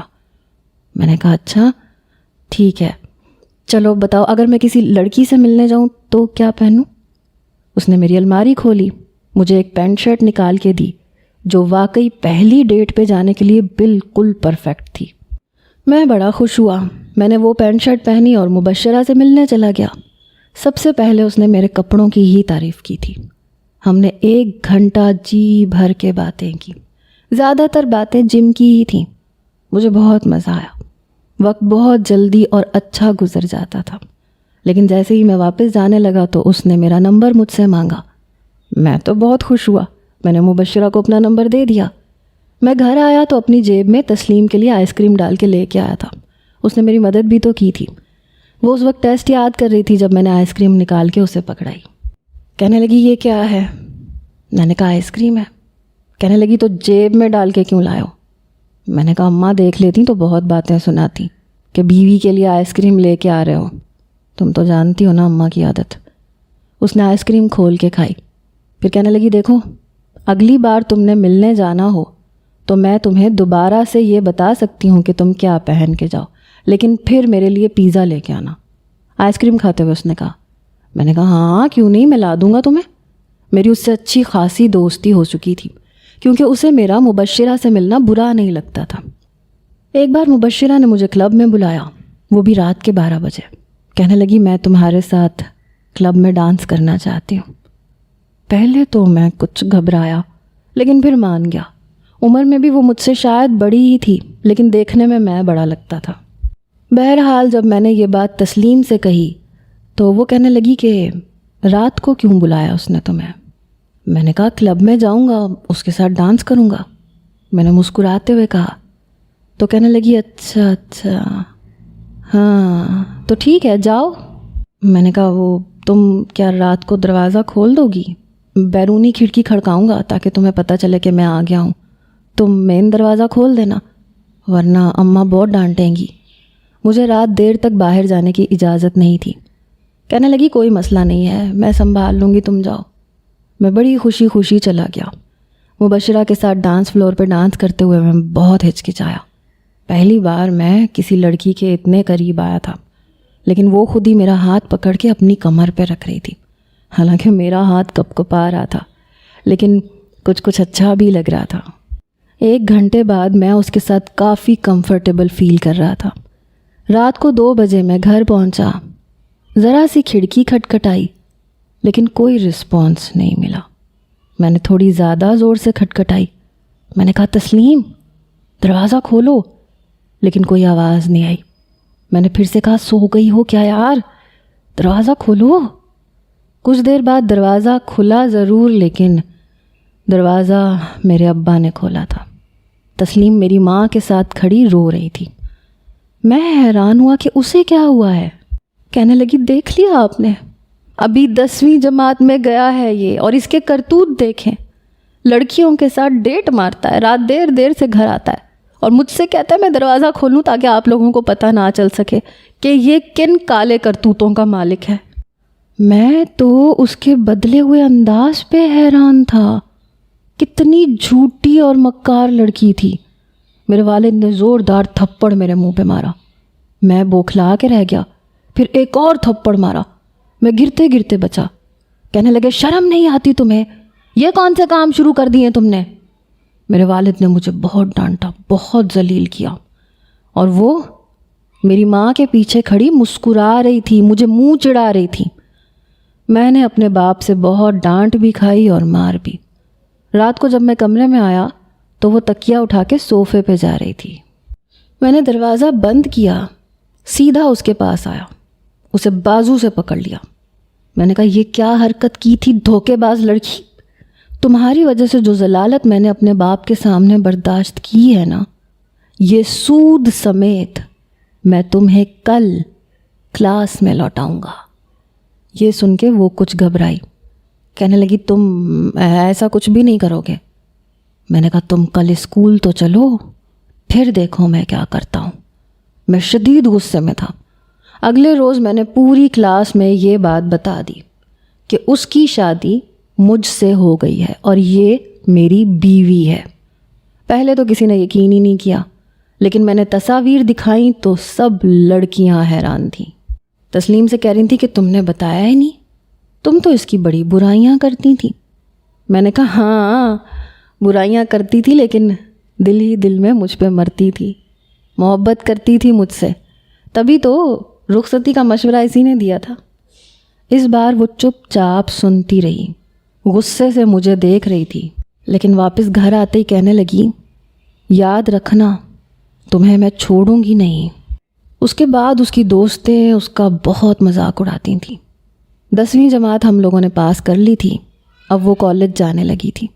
میری مبشرہ سے فون پہ بات ہونے لگی تھی، لیکن میں اب تسلیم پہ بھروسہ نہیں کر سکتا تھا، اس لیے جب وہ سو جاتی تھی تو میں کمرے سے باہر نکل کر ڈرائنگ روم میں جا کے مبشرہ سے بات کرتا تھا۔ وہ بار بار ملاقات کی بات کرتی تھی، لیکن مصیبت یہی کہ ابا اب مجھے اپنے ساتھ فیکٹری لے کے جانے لگے تھے۔ اسکول سے آتے ہی مجھے فیکٹری لے جاتے کہ اب تمہاری شادی ہو گئی ہے، ساتھ ساتھ کالج پڑھو، ساتھ ساتھ میرا ہاتھ بٹاؤ۔ لیکن دوسری مصیبت جو مجھ پہ پڑی وہ یہ تھی کہ میں ماموں بننے والا ہو گیا تھا۔ مجھے یہ خبر ملی تو میں بہت خوش ہوا تھا۔ خوش تو تسلیم بھی بہت تھی، لیکن مجھ سے بات نہیں کرتی تھی۔ میٹرک میں اس وقت میرا گریڈ تسلیم سے بہت کم آیا تھا، وہ A1 گریڈ سے پاس ہوئی تھی اور میں B گریڈ سے۔ ابا نے اس کے سر پہ پیار کیا، اسے مٹھائی بھی لا کے دی، اسے 5000 بھی دیا، اور میں دیکھتا رہ گیا۔ مجھے کہنے لگے نالائق لڑکیوں سے دوستی کر رکھی تھی نا، تمہارا رزلٹ اس لیے اتنا خراب آیا ہے۔ شاید وہ ٹھیک ہی کہہ رہے تھے، کیونکہ میرا دھیان اب مبشرہ کی طرف بڑھنے لگ گیا تھا۔ تبھی میری ماں نے مجھ پہ ایک اور مصیبت ڈال دی۔ کہنے لگی میں نہیں چاہتی کہ شمسہ پہلے دادی بنے۔ میں نے ان کی طرف دیکھا، میں نے کہا اماں یہ کیا باتیں کر رہی ہیں، کیا مطلب ہے آپ کا؟ وہ کہنے لگی میں چاہتی ہوں اس سے پہلے میں دادی بنوں۔ یہ سن کے میرے 14 طبق آب و تاب سے روشن ہوئے۔ میں نے کہا یہ آپ کیا کہہ رہی ہیں، کیا انوکھا کہہ دیا میں نے؟ میں نے کہا اماں میں ابھی میں صرف 11 جماعت میں ہوں۔ وہ کہنے لگی تو کیا ہوا، لڑکیوں سے چکر چلانے کے لیے تو بڑا ہے، بچہ پیدا کرنے کے لیے تو 11ویں جماعت کا ہو گیا۔ اماں نے پھر سے مجھے وہی طعنہ دے دیا۔ جب میں اپنے کمرے میں آیا تو دیکھا تو تسلیم بیڈ پہ اپنی کورس کی کتاب پڑھتے پڑھتے ہی شاید سو گئی تھی، حالانکہ زیادہ تر وہ وہیں صوفے پہ سوتی تھی۔ کبھی کبھی جب بیمار ہو جاتی تو میں اسے بیڈ پہ سونے کا کہہ دیتا تھا۔ مجھے تسلیم سے ذرا بھی محبت نہیں تھی، بس ایک بوجھ سا تھا۔ یہ رشتہ میرے لیے کسی بھی قسم کی خوشی کا باعث نہیں تھا۔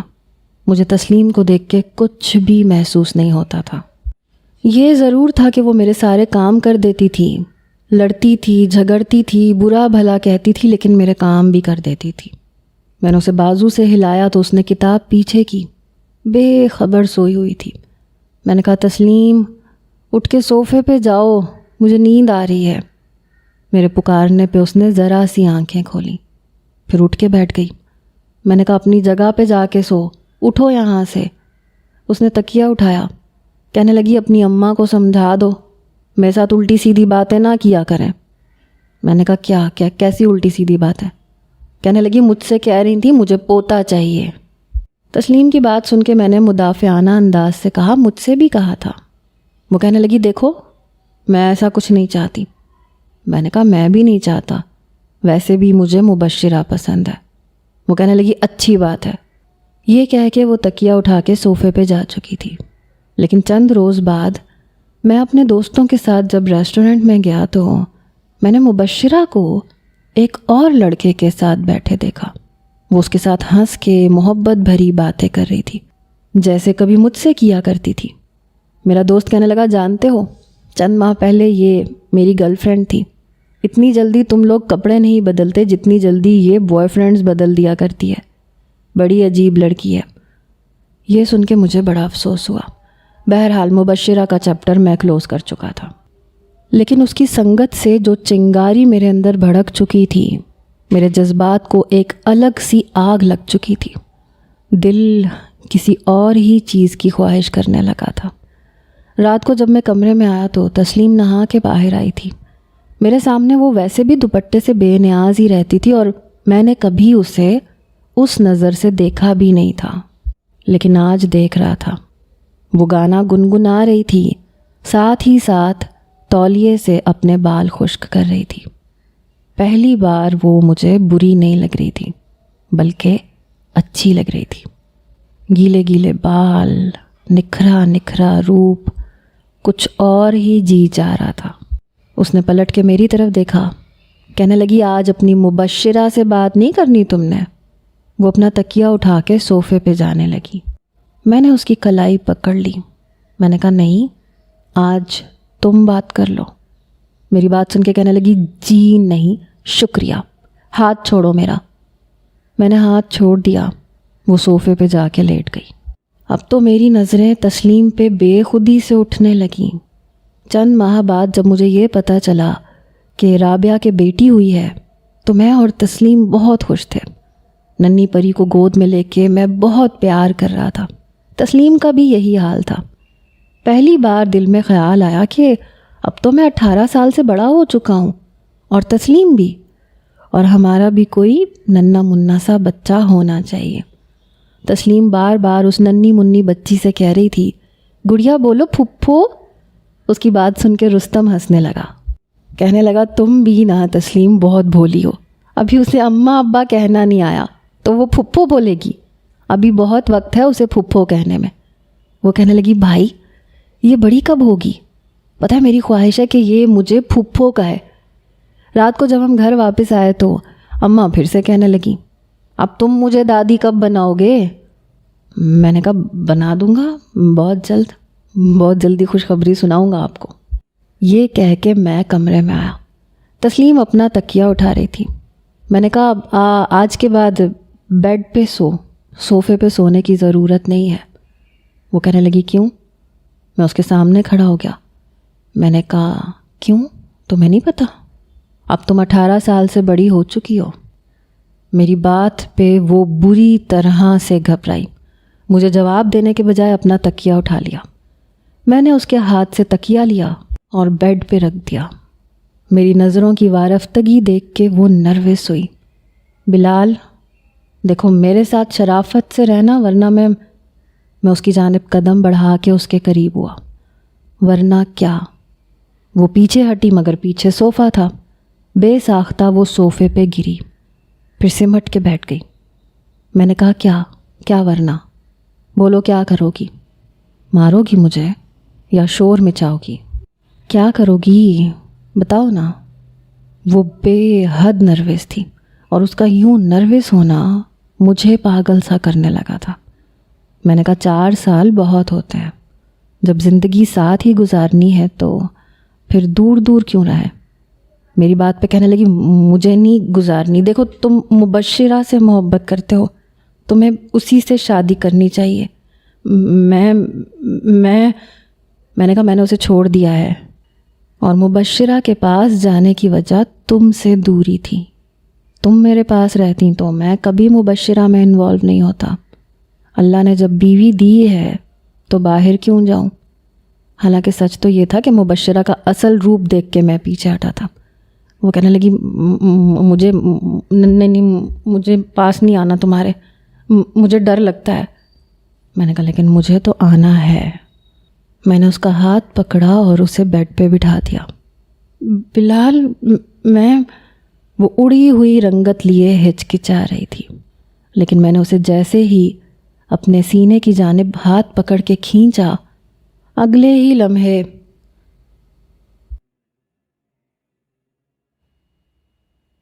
جیسے ہی میں نے تسلیم کو اپنی جانب کھینچا تاکہ فاصلہ کچھ کم کر سکوں تو وہ میرے سینے پہ ہاتھ رکھ چکی تھی۔ میں نے کہا کیا ہوا؟ اب کیا تکلیف ہے تمہیں؟ وہ کہنے لگی میں نے کہا کیا میں کر رہی ہو؟ آج کیوں بولتی بند ہے تمہاری؟ کہہ دو کہ ابھی 18 سال کی نہیں ہوئی میں تمہارے قریب آؤں گا تو تم کوئی دفعہ لگوا دو گی۔ بول دو جھوٹ، حالانکہ تم 18 سال 4 ماہ کی ہو چکی ہو، اور شریعت اور قانون کے مطابق میں تم سے اپنا حق لینے کا پورا حق رکھتا ہوں۔ میری بات پہ وہ گھبرائی تھی، پھر کہنے لگی بلال ابھی نہیں۔ میں نے کہا پھر کب؟ میں نے اس کے چہرے کی اڑی ہوئی رنگت کو دیکھ کے کہا۔ وہ کہنے لگی پتہ نہیں، بس ابھی نہیں۔ میں نے تمہارے بارے میں یوں نہیں سوچا۔ میں نے کہا بہت وقت ہو چکا ہے۔ وہ میرا ہاتھ خود سے پیچھے کر چکی تھی۔ ہاں تو اتنے سال لڑنے میں گزرے ہیں، تم ہمیشہ بس زہر ہی لگے ہو۔ میں نے کہا نو پرابلم، اب پیار کر کے گزار لیتے ہیں، اس کے لیے موقع تو دینا پڑے گا نا۔ میں فل فارم میں تھا، اس لیے جب اس کے قریب ہوتا وہ میرے سینے پہ ہاتھ رکھ کے مجھے پیچھے کر دیتی۔ وہ گھبرا رہی تھی، کہنے لگی ابھی نہیں، بس کچھ وقت چاہیے۔ میں پیچھے ہٹ گیا۔ میں نے کہا ٹھیک ہے، کیا یاد کرو گی؟ دیا تمہیں وقت، 1 ہفتہ لے لو، میرے خیال سے کافی ہے۔ وہ کچھ پرسکون ہوئی، مگر میں نے کہا کہ تم صوفے پہ نہیں سوگی، بیڈ پہ سوگی۔ میری بات پہ وہ پھر سے بے چین ہوئی، کہنے لگی مجھے تم پہ بھروسہ نہیں ہے، اگر تم نے رات میں نے کہا کچھ نہیں کروں گا میں۔ میری بات پہ اس نے اپنا ہاتھ آگے بڑھا کے کہا وعدہ کرو ہاتھ نہیں لگاؤ گے؟ میں نے اس کے ہاتھ پہ ہاتھ رکھ کے کہا نہیں لگاؤں گا۔ ٹچ بھی نہیں کرو گے؟ اس نے انگلی اٹھا کے کہا۔ میں نے کہا نہیں کروں گا۔ 1 ہفتہ دیا ہے تمہیں، بلال اپنے قول کا پکا ہے۔ میری بات سن کے کچھ دیر سوچتی رہی، پھر بیڈ پہ آ کے میرے برابر میں لیٹ گئی، لیکن گھبرا رہی تھی۔ بیڈ کے بالکل کنارے پہ لیٹ کے سو گئی، مگر مجھے چین نہیں آ رہا تھا۔ بار بار میری نظریں اس کے چہرے کا طواف کر رہی تھیں۔ 4 سالوں میں اچھی خاصی پیاری ہو چکی تھی، اور پھر جو بھی تھی تو میری بیوی۔ بڑی مشکل سے میں سویا۔ اگلے روز میں ایک بہت خوبصورت جوڑا تسلیم کے لیے لے کے آیا. وہ حیران بھی ہوئی اور تذبذب میں بھی تھی. یہ کیوں لے کے آیا ہو میرے لیے؟ اس نے گھبراتے ہوئے مجھ سے پوچھا تھا. بس یوں ہی مجھے اچھا لگا, سوچا تم پہ یہ کلر اچھا لگے گا اس لیے لے آیا. وہ کہنے لگی میں جانتی ہوں تم یہ مہربانیاں مجھ پہ کیوں کر رہے ہو. اس نے وہ شاپنگ بیگ ایک طرف رکھ دیا. میں نے کہا کیوں کر رہا ہوں؟ کہنے لگی مبشرہ نے ٹھہنگا دکھا دیا ہوگا نا, اس لیے میرا خیال آیا. میں تمہاری فطرت سے اچھی طرح واقف ہوں. میں کچھ حیران ہوا تھا کیونکہ اس کا اندازہ کافی حد تک ٹھیک تھا. میں نے کہا جی نہیں, میں نے اسے خود چھوڑا تھا. اس سے دوستی اس لیے کی تھی کیونکہ تم سے دشمنی کا رشتہ تھا جو اب ختم ہو چکا ہے. مجھے احساس ہو گیا ہے کہ بیوی سے بہتر کوئی اچھا دوست نہیں ہوتا. اور پھر تم میرے کام بھی کر دیتی ہو, اماں کے ساتھ کچن میں بھی لگ جاتی ہو, تو میرا بھی کچھ فرض بنتا ہے. کہنے لگی میں سب جانتی ہوں, یہ میرا خیال تمہیں اتنا کیوں آ رہا ہے؟ میرے سامنے تم میری چوائس کے کپڑے پہن پہن کے اپنی گرل فرینڈ سے ملنے جاتے تھے, تب تو کبھی نہیں سوچا کہ مجھ پہ کیا بیتی ہوگی. اس کی بات نے مجھے بری طرح سے چونکایا تھا. میں اس کے پاس آ گیا, اس کے نروٹھے انداز کو دیکھنے لگا. ایک شوق سا مجھے لگا تھا. تسلیم تمہیں برا لگتا تھا؟ کہنے لگی مجھے کوئی فرق نہیں پڑتا. میں نے کہا جھوٹ, فرق نہیں پڑتا تو کہتی بھی نہیں, اسی لیے تم نے اماں ابا سے میری شکایت لگائی تھی. میں کچھ سمجھ گیا تھا. وہ نظریں چرا گئی. تمہیں جیلسی ہو رہی تھی ہے نا؟ کہنے لگی تانے دے دے کے میں نے تمہیں جم جانے پہ مجبور کیا تھا تاکہ تم میرے ساتھ کچھ اچھے لگ سکو, اور ہوٹلنگ تم مبشرہ کے ساتھ کرنے جاتے تھے. پھر مجھے وہ شاپنگ بیگ پکڑا دیا. کہنے لگی یہ بھی اسی کو دے دو یا کوئی نئی گرل فرینڈ ڈھونڈ لو. میں نے کہا اگر میں نے نئی گرل فرینڈ ڈھونڈ لی نا تو جل کے راکھ ہو جاؤ گی. پتہ نہیں کیوں اچھا لگ رہا تھا اس کا یوں جیلس ہونا, اور وہ بھی میرے لیے. کہنے لگی مجھے فرق نہیں پڑتا, میں بس اپنے بھائی کی خاطر یہاں ہوں تاکہ اس کا گھر بس سکے. تم تو مجھے شروع سے اچھے نہیں لگتے تھے, سمجھے؟ میں اس کے اور قریب آ گیا. برا لگتا ہوں تمہیں؟ میں نے دھیرے سے پوچھا. وہ اپنا رخ بدل کے کہنے لگی بہت زیادہ. میں نے کہا اسی لیے جیلس ہو رہی تھی؟ ادھر دیکھو نا میری طرف. جیلس انسان محبت میں ہوتا ہے, نفرت میں نہیں. آگ تو تمہارے اندر بھی لگ چکی ہے. یہ بات الگ ہے کہ تم اعتراف نہیں کرو گی. جسے ساری زندگی موٹا گینڈا کہتی آئی, دل تو تمہارا بھی اسی کے نام پہ دھڑکنے لگا ہے. میں اس کے بے حد قریب آ چکا تھا. اب دور رہنا مشکل ہو رہا تھا. جی نہیں, مجھے فرق نہیں پڑتا, چاہے تم ایک کے بجائے 4 لڑکیوں سے دوستی کر لو, جو چاہے کرو, ہٹو پیچھے. میں نے کہا تم دور رہو گی تو ایسے ہی کروں گا, 4 لڑکیوں سے دوستی کروں گا. تم جلتی رہنا پھر, ورنہ کہہ دو کہ مجھ سے محبت ہو گئی ہے. وہ کہنے لگی نہیں کرتی میں تم سے محبت, دور رہا کرو مجھ سے, سمجھے نا؟ میں نے کہا آخری بار پوچھ رہا ہوں تم سے, اچھا لگنے لگا ہوں نا؟ سچ بتا دو تسلیم, ورنہ قسم سے 4-5 لڑکیوں سے سچ مچ دوستی کر لوں گا. کہنے لگی نہیں ہے تم سے محبت, میری بلا سے 10 لڑکیوں سے دوستی کر لو, مجھے فرق نہیں پڑتا. میں نے کہا پکا؟ ہاں پکا. وہ نظریں چرا کے بولی بس میرے پاس نہیں آنا. میں نے کہا جانے من آگ تو لگ چکی ہے, اتنا تو مجھے بھی نظر آ رہا ہے. خود آؤ گی میرے پاس, یہ وعدہ ہے بلال کا تم سے. میری بات سن کے کہنے لگی میری جوتی آئے تمہارے پاس, ہٹو پیچھے. میرے سینے پہ ہاتھ رکھ کے وہ مجھے پیچھے کر چکی تھی. میں نے کہا ٹھیک ہے بچوں, اب دیکھو میں کتنی لڑکیوں سے دوستی کرتا ہوں, میری شکل دیکھنے کو بھی ترسا کرو گی. میں اپنے بیڈ پہ لیٹ گیا, وہ جا کے صوفے پہ لیٹ گئی. میں جانتا تھا اسے ہارر مووی سے بڑا خوف آتا ہے. صبح ویسے بھی اتوار تھا, چھٹی تھی, اور چین بھی نہیں آ رہا تھا. اسی لیے میں نے LED پہ ہارر مووی لگا دی, والیوم بھی بڑھا دیا. فلم کی خوفناک آوازیں سن کے اس نے منہ تک لحاف اوڑھ لیا. پھر کہنے لگی بلال کے بچے آواز آہستہ کرو. میں نے کہا ہاں کیا کچھ کہا تم نے؟ میں جان بوجھ کے انجان بنا. اس نے منہ سے لحاف اتارا. کہنے لگی والیوم سلو کرو. بڑے غصے سے کہہ رہی تھی. میں نے والیوم اور اونچا کیا، سائڈ ٹیبل کی دراز میں سے چپس نکالے، کھانے لگا۔ بلال، وہ چلائی تھی، خوف کے مارے اس کی رنگت اڑی ہوئی تھی۔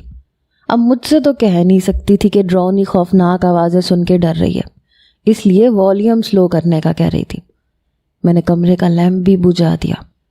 ایک تو ہارر مووی، اوپر سے خوفناک آواز ہے، پھر گھپ اندھیرا، جان تو اس کی نکلنی ہی تھی۔ میں مزے سے فلم دیکھ رہا تھا، وہ منہ تک لحاف اوڑھ چکی تھی، لیکن میں جانتا تھا کہ سوئی نہیں ہے۔ جب بھی کوئی خوفناک سین آتا، اس کا کپکپاتا وجود مجھے صاف نظر آتا تھا۔ تنگ آ کے وہ اٹھ کے بیٹھ گئی، کہنے لگی میں باہر جا رہی ہوں۔ اپنا تکیہ اٹھا کے وہ کھڑی ہو گئی۔ ہاں ہاں جاؤ، شاباش۔ یہ جو ٹی وی پہ چڑیل نظر آ رہی ہے نا، یہ تمہیں باہر بھی نظر آئے گی۔ میری بات پہ کہنے لگی شرافت سے مووی بند کرو، مجھے نیند آ رہی ہے۔ خوف کے مارے رنگت سفید پڑ رہی تھی۔ میں کیوں بند کروں؟ ڈر لگ رہا ہے تو آ جاؤ نا میرے پاس، سارا خوف پل میں دور کر دوں گا۔ میرے ارادے بھانپ کے کہنے لگی اچھا تو یہ بات ہے۔ میں نے کہا ہاں یہی بات ہے، آ جاؤ شرافت سے میرے پاس، مووی بند کر دوں گا، ورنہ ڈرتی مرتی رہو۔ میری بات سن کے وہ تپ کے رہ گئی۔ میں بھی آج ٹلنے کو تیار نہیں تھا۔ اس نے بڑی ہمت کر کے LED بند کر دی، تار تک اتار دی، کہنے لگی اب دیکھو۔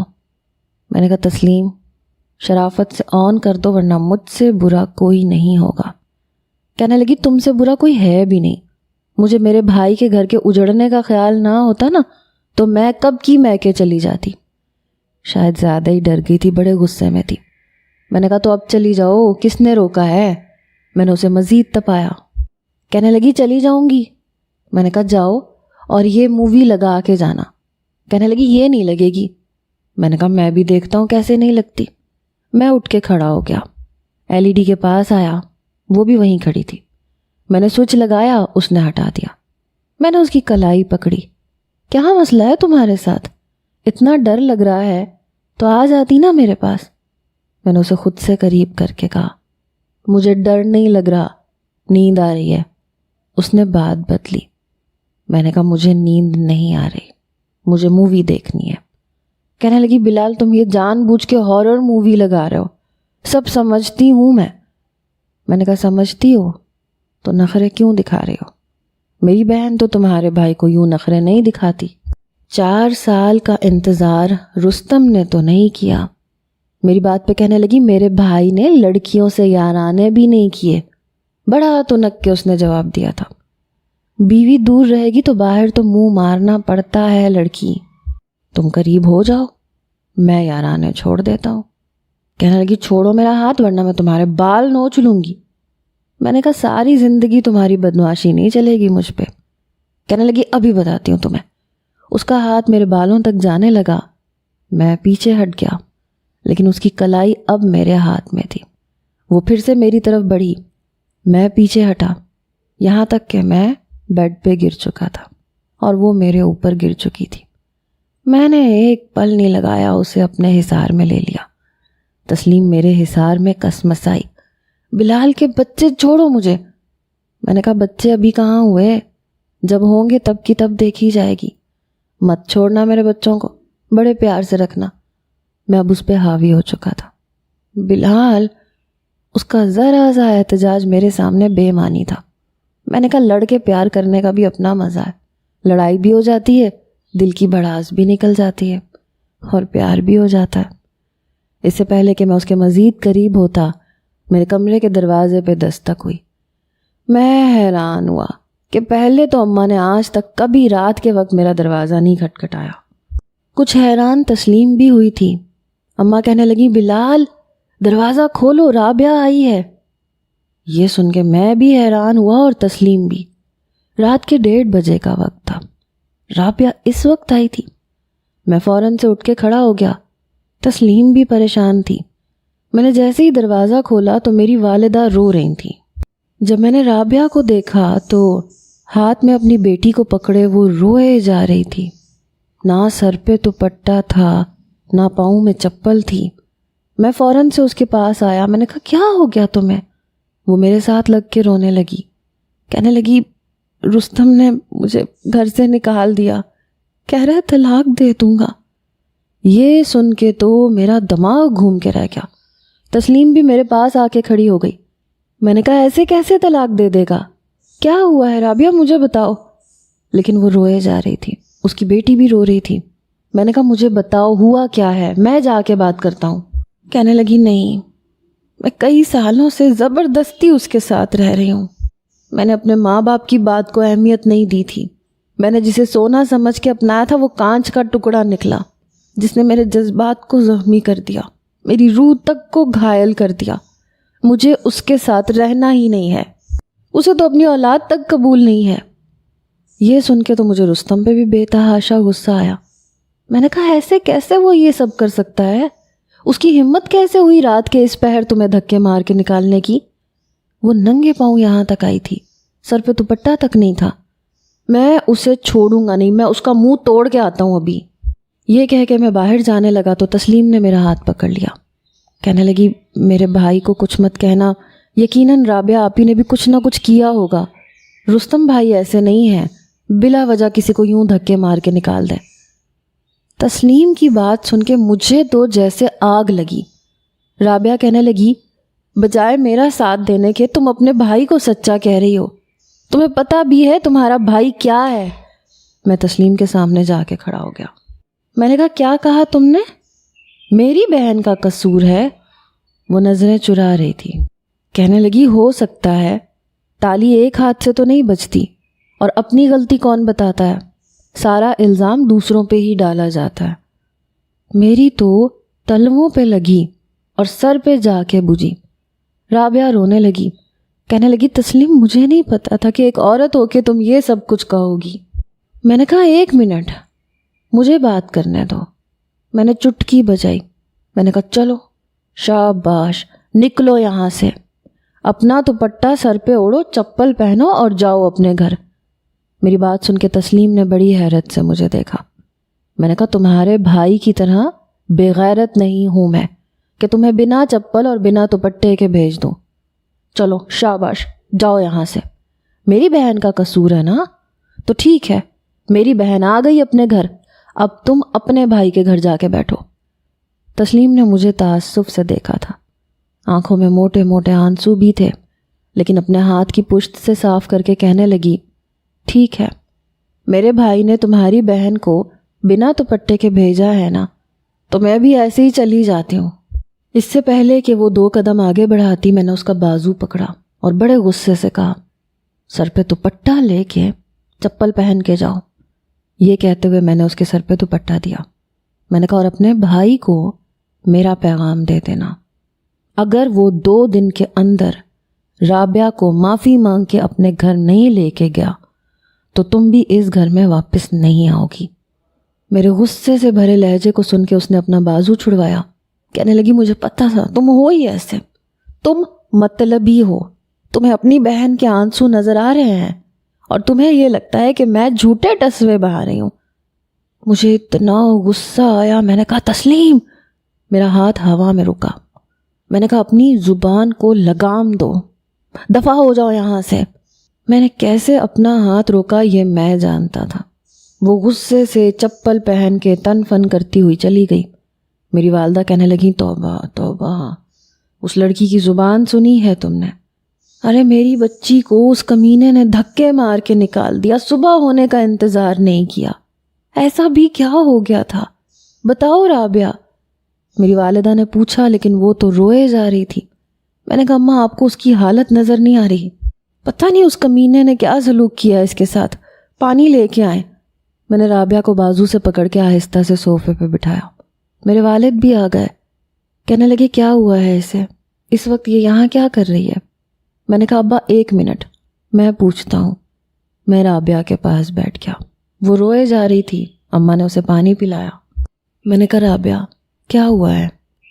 کہنے لگی وہ اصل میں میرا بچہ، یہ کہہ کے وہ چپ ہو گئی۔ میں نے کہا کیا ہوا ہے؟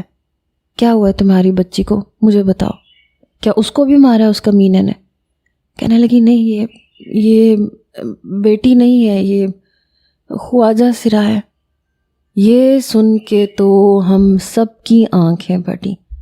رابعہ پھر سے رونے لگی، کہنے لگی رستم کہتا ہے میرے بچے کو خواجہ سراؤں کو دے آئے گا، اپنے پاس نہیں رکھے گا۔ پچھلے کئی مہینے سے ہم دونوں کے بیچ یہی جھگڑا ہے۔ میں نے جان بوجھ کے یہ بات سب سے چھپائی تھی، سب سے یہ کہا تھا کہ یہ بیٹی ہے، لیکن ظاہر سی بات ہے رستم سے تو نہیں چھپا سکتی تھی۔ جیسے ہی اسے پتہ چلا اس نے ایک طوفان کھڑا کر دیا۔ روز اسی بات پہ جھگڑا ہوتا ہے، کہتا ہے اسے نہیں رکھوں گا۔ اماں آپ بتائیں میں کیسے اپنے جگر کے ٹکڑے کو کسی اور کے حوالے کر دوں؟ جو بھی ہے میری تو اولاد ہے، میں نے تو بڑی تکلیفوں سے اسے لیا ہے۔ آج بھی اسی بات پہ جھگڑا ہوا تھا، میرا بچہ مجھ سے چھین رہا تھا، کہہ رہا تھا راتوں رات چھوڑ آؤں گا یا اس کا گلا دبا کے اسے جان سے مار دوں گا، کیونکہ جب سب کو پتہ چلے گا تو میری بدنامی ہو جائے گی۔ اسے بس اپنی عزت کی پرواہ کہ کہیں وہ خواجہ سرا کا باپ نہ کہلائے۔ اسے یہ نہیں اندازہ کہ میں کس تکلیف سے گزروں گی، میں کیوں اپنے جگر کے ٹکڑے کو کسی اور کو دے دوں۔ میری ماں تو سر پکڑ کے بیٹھ گئی، وہ کہنے لگی مجھے نہیں رہنا رستم کے ساتھ جسے اپنی اولاد سے پیار نہ ہو۔ میں نے کہا جو بھی ہے تو اسی کا بچہ، اور یہ تو اللہ کی طرف سے ہے، اس میں بچے کا تو کوئی قصور نہیں نا، اور نہ تمہارا، تو وہ تمہیں کیوں سزا دے رہا ہے؟ رابعہ رونے لگی، وہ روئے جا رہی تھی، کہنے لگی تمہیں نہیں پتا بلال، وہ کہتا ہے تمہارے اندر کوئی فالٹ ہے، تم جتنے بھی بچے پیدا کرو گی سب ایسے ہی ہوں گے، اس سے بہتر ہے کہ میں تمہیں چھوڑ دوں، طلاق دینے کی باتیں کر رہا ہے۔ میں نے کہا دیکھ لیا تم نے اس کمینے کو، تم اس سے شادی کرنے کے لیے یہاں خودکشیاں کرتی پھرتی تھی، نیند کی گولیاں کھاتی تھی، تم مر بھی جاتی نا اسے کوئی فرق نہیں پڑتا، یہ دوسری لے آتا کمینہ کہیں کا، دیکھ لینا یہ میرے ہاتھ سے مر جائے گا۔ یہ میں بھی بہت غصے میں تھا۔ میری والدہ کہنے لگی فالٹ تو اس کا ہوا ہوگا، اولاد مرد کے نصیب سے ہوتی ہے، میری بچی کو اس نے اتنی بڑی بات کہی تو کہی کیسے؟ ارے ہو سکتا ہے اس کی بہن میں بھی ایسا ہی فالٹ ہو اور کل کو وہ بھی ایسا ہی بچہ پیدا کر کے دے دیتی۔ اب تو میں کبھی تسلیم کو واپس نہیں لے کے آؤں گی، نہ ہی تمہیں اس کمبخت کے پاس بھیجوں گی، چاہے ناک ہی کیوں نہ رگڑ لے ہمارے آگے۔ اماں بھی غصے میں تھیں۔ ابا کہنے لگے میں جاتا ہوں اس کے پاس، اس کی ہمت کیسے ہوئی رات کے اس پہر ہماری بچی کو اس حلیے میں بھیجنے کی، اور یہ بچی دو یہ اسی کی ہے، میں اسی کو دے کے آتا ہوں۔ اس سے پہلے کہ ابا رابعہ کی گود سے اس بچی کو اٹھاتے، وہ کہنے لگی نہیں ابا وہ مار ڈالے گا اسے کیا فرق پڑتا ہے، تکلیف تو میں نے برداشت کی ہے، میں اپنا بچہ کسی کو نہیں دوں گی، میں اسے پالوں گی، اسے اچھی تعلیم دلواؤں گی، اچھی نوکری کرے گی، اچھی زندگی جیے گی، میں اسے کسی خواجہ سرا کے حوالے نہیں کروں گی۔ میں نے ابا سے کہا ابا رابعہ ٹھیک کہہ رہی ہے، اگر یہ بچہ خواجہ سرا ہے تو اس میں اس کا قصور نہیں ہے، اچھی تعلیم حاصل کرے گا، اچھی نوکری کرے گا تو یہ اچھی زندگی جی سکتا ہے، اسے کسی اور کے حوالے نہ کریں۔ اپنی اولاد کو کسی اور کو دینا آسان تو نہیں ہوتا۔ رابعہ اپنی جگہ بالکل ٹھیک ہے، اور اس کا بچہ یہیں رہے گا ہمارے پاس، ہمیں کوئی شرمندگی نہیں ہے، معاشرے میں ہم دکھا سکتے ہیں کیونکہ یہ اللہ کا حکم ہے، اور میں اس رستم کو تو چھوڑوں گا نہیں۔ بہرحال میری والدہ نے کہا کہ ابھی جا کے آرام کرو، کل بات کریں گے۔ میں اپنے کمرے میں آ گیا، لیکن مجھے تسلیم پہ بڑا افسوس ہوا تھا۔ بجائے میرا ساتھ دینے کے، میری بہن کے آنسو صاف کرنے کے، اپنے بھائی کو ٹھیک کہہ رہی تھی۔ بہرحال میں بے حد غصے میں تھا، کبھی رابعہ اپیہ کے بارے میں سوچتا، کبھی تسلیم کے بارے میں، اور کبھی اس کمینے رستم کے بارے میں۔ پتہ نہیں کب میری آنکھ لگی، صبح جب میں اٹھا تو نظر سیدھی صوفے پہ گئی جہاں وہ سوتی تھی۔ صوفہ خالی تھا، دل کو ایک عجیب سی بے چینی نے آن گھیرا۔ اٹھ کے منہ ہاتھ دھو کے میں باہر آیا تو اماں رابعہ کو زبردستی ناشتہ کروا رہی تھی، لیکن وہ نہیں کر رہی تھی، وہ رو رہی تھی۔ میں اس کے پاس بیٹھ گیا، میں نے کہا پریشان ہونے کی ضرورت نہیں ہے۔ کہنے لگی بلال میں اپنا گھر بھی برباد نہیں کرنا چاہتی۔ یہ سن کے مجھے تپ چڑھ گئی۔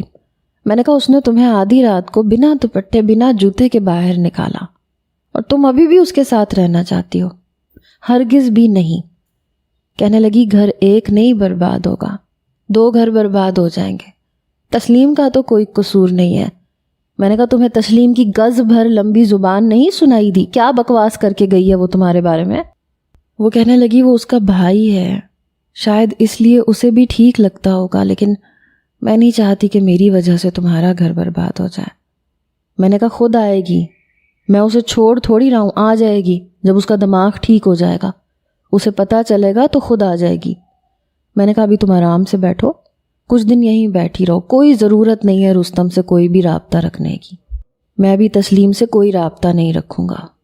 لیکن مجھے نہیں پتا تھا کہ رستم اپنی گھٹیا اوقات دکھانے سے باز نہیں آئے گا۔ اس نے 15 دن بھی نہیں گزرے تھے کہ پہلی طلاق تحریری طور پہ رابعہ کو بھیج دی۔ میرے تو تن بدن میں جیسے آگ لگ گئی، رابعہ کے تو جیسے ہوش اڑے، کہنے لگی یہ کیا کر دیا اس نے؟ وہ رونے لگی۔ میں سیدھا رستم کے گھر گیا، میں نے دروازہ بری طرح سے پیٹ کے رکھ دیا۔ دروازہ تسلیم نے ہی کھولا تھا، آنکھیں روئی روئی سی لگ رہی تھیں، لیکن مجھے دیکھتے ہی نخوت سے کہنے لگی دروازہ کیوں پیٹ رہے ہو؟ میں نے کہا بلاؤ اپنے بھائی کو، ہوتا کون ہے وہ میری بہن کو طلاق دینے والا؟ میں اس کا منہ توڑ کے رکھ دوں گا۔ کہنے لگی تو تم بدلہ لینے کے لیے آئے ہو، تم مردوں کو آتا ہی یہی ہے، تمہاری ماں نے تمہارا نکاح مجھ سے کروایا ہی اسی لیے تھا تاکہ ان کی بیٹی کا گھر بس سکے۔ میرے بھائی نے تمہاری بہن کو گھر سے کیا نکالا؟ تم نے بھی مجھے نکال کے بدلہ لے لیا۔ اب اگر رستم بھائی نے 1 طلاق دی ہے تو تم بھی 3 طلاق دے کے بدلہ پورا کر لو۔ فی الحال وہ گھر پہ نہیں ہے، جاؤ یہاں سے۔ میں نے کہا تمہارے بھائی نے میری بہن کو ایسے ہی طلاق نہیں دی بنا چھوئے، اور میں بھی تمہیں ایسے نہیں چھوڑوں گا۔ بات بدلے کی ہے تو پھر یہی راتیں تم پہ میری ادھار ہے، پہلے وہ میں تمہارے ساتھ گزاروں گا پھر چھوڑوں گا تمہیں، چلو میرے ساتھ۔ میں نے اس کی کلائی پکڑی، کہنے لگی بلال میرا ہاتھ چھوڑو۔ شاید اس وقت گھر پہ کوئی نہیں تھا، ورنہ کوئی نہ کوئی گھر سے باہر ضرور آتا۔ میرے سر پہ تو جیسے کوئی جنون سا سوار ہوا، میں اسے اپنے ساتھ زبردستی گھسیٹنے لگا۔ اس نے اپنا دروازہ پکڑ رکھا تھا، کہنے لگی چھوڑو مجھے، رستم بھائی سے بات کرنا جو بھی بات کرنی ہے۔ میں نے کہا اس سے بھی کر لوں گا، پہلے میں اپنا بدلہ تو پورا کر لوں۔ میری بہن کی زندگی برباد کر کے اس نے میری بہن کو طلاق دی تو دی کیسے؟ میں بھی تمہیں ایسے نہیں چھوڑوں گا، تم دیکھو تمہارے ساتھ کرتا کیا ہوں اب میں۔ بلال پاگل ہو گئے ہو کیا؟ چھوڑو مجھے۔ لیکن میں نے اس کی کلائی نہیں چھوڑی، اسے زبردستی اپنے گھر کے اندر لے کے آیا۔ رابعہ نے اور میری ماں نے دیکھا تو کہنے لگی اسے کیوں لے کے آئے ہو؟ میری والدہ کہنے لگی یہ یہاں نہیں رہے گی۔ میں نے کہا بے فکر رہیں، اسے یہاں رکھنے کے لیے لایا بھی نہیں ہوں۔ اس کے بھائی نے میری بہن کی زندگی برباد کر کے اسے طلاق دی ہے، میں اسے کیسے بخش دوں؟ یہ کہہ کے میں تسلیم کو اپنے کمرے میں لے جانے لگا۔ وہ بار بار کہہ رہی تھی میرا ہاتھ چھوڑو، تمہیں بات کرنی ہے تو رستم بھائی سے کرو، میں نے تمہارا کچھ نہیں بگاڑا۔ میں نے کہا تمہارے بھائی نے تو بگاڑا ہے نا میری بہن کا، اس کی بہن کے ساتھ میں کیوں رعایت بخشوں؟ رابعہ کہنے لگی بلال یہ کیا کر رہے ہو تم، پاگل ہو گئے ہو؟ میں نے کہا ہاں میں ہو گیا ہوں پاگل۔ رابعہ دیکھو بیچ میں مت آنا، رستم کو میں ایسا مزہ چکھاؤں گا زندگی بھر یاد رکھے گا۔ میری بہن کو برباد کیا ہے نا اس نے، اس کی بہن کو بھی ایسے نہیں چھوڑوں گا۔ یہ کہہ کے میں نے دروازہ زور سے بند کیا۔ رابعہ دروازہ کھٹکھٹانے لگی، کہنے لگی بلال خدا کے لیے بے وقوفی مت کرو، کیا فرق رہ جائے گا تم میں اور رستم میں؟ میں نے کہا مجھے کوئی فرق رکھنا بھی نہیں ہے، اب میرا دروازہ کھٹکھٹایا نا تو دیکھ لینا مجھ سے برا کوئی نہیں ہوگا تمہارے لیے بھی۔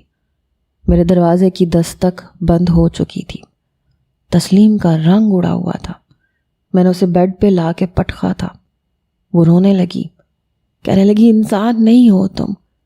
میں نے کہا تمہارا بھائی انسان ہے؟ بچہ اگر نارمل پیدا نہیں ہوا تو اس میں میری بہن کا کیا قصور ہے؟ عیب تمہارے بھائی میں تھا تبھی ایسا ہوا ہے۔ وہ کہنے لگی قصور میرے بھائی کا ہے یا تمہاری بہن کا، لیکن میرا ہرگز نہیں ہے، اور میں اپنے ساتھ زیادتی نہیں ہونے دوں گی۔ میں نے کہا اچھا میں دیکھتا ہوں مجھے روکتا کون ہے۔ یہ کہہ کے میں نے اپنی شرٹ کے بٹن کھولنے شروع کر دیے۔ وہ کہنے لگی بہت پچھتاؤ گے، میں سچ کہہ رہی ہوں تم سے۔ میں نے کہا اس وقت میرے سر پہ غصہ اور جنون ہے، اس کے علاوہ کچھ بھی نہیں ہے. اگر تم نے ذرا سا بھی احتجاج کیا نا تو میں انسان سے جانور بن جاؤں گا. اس نے سائڈ ٹیبل پہ رکھا گلدان پکڑ لیا. کہنے لگی میرے قریب آنے کی کوشش کی نا سر پھاڑ دوں گی تمہارا. یہ کہہ کے اس نے کھڑے ہونے کی کوشش کی. میں نے اس کی کلائی پکڑی، اس کے ہاتھ سے کانچ کا گلدان پکڑا، زور سے زمین پہ دے مارا. چھن سے گلدان ٹوٹ کے ریزہ ریزہ ہو چکا تھا. تسلیم بری طرح سے گھبرائی. بلال دیکھو میرا کوئی قصور نہیں ہے، لیکن میں نے اس کی ایک نہیں سنی اور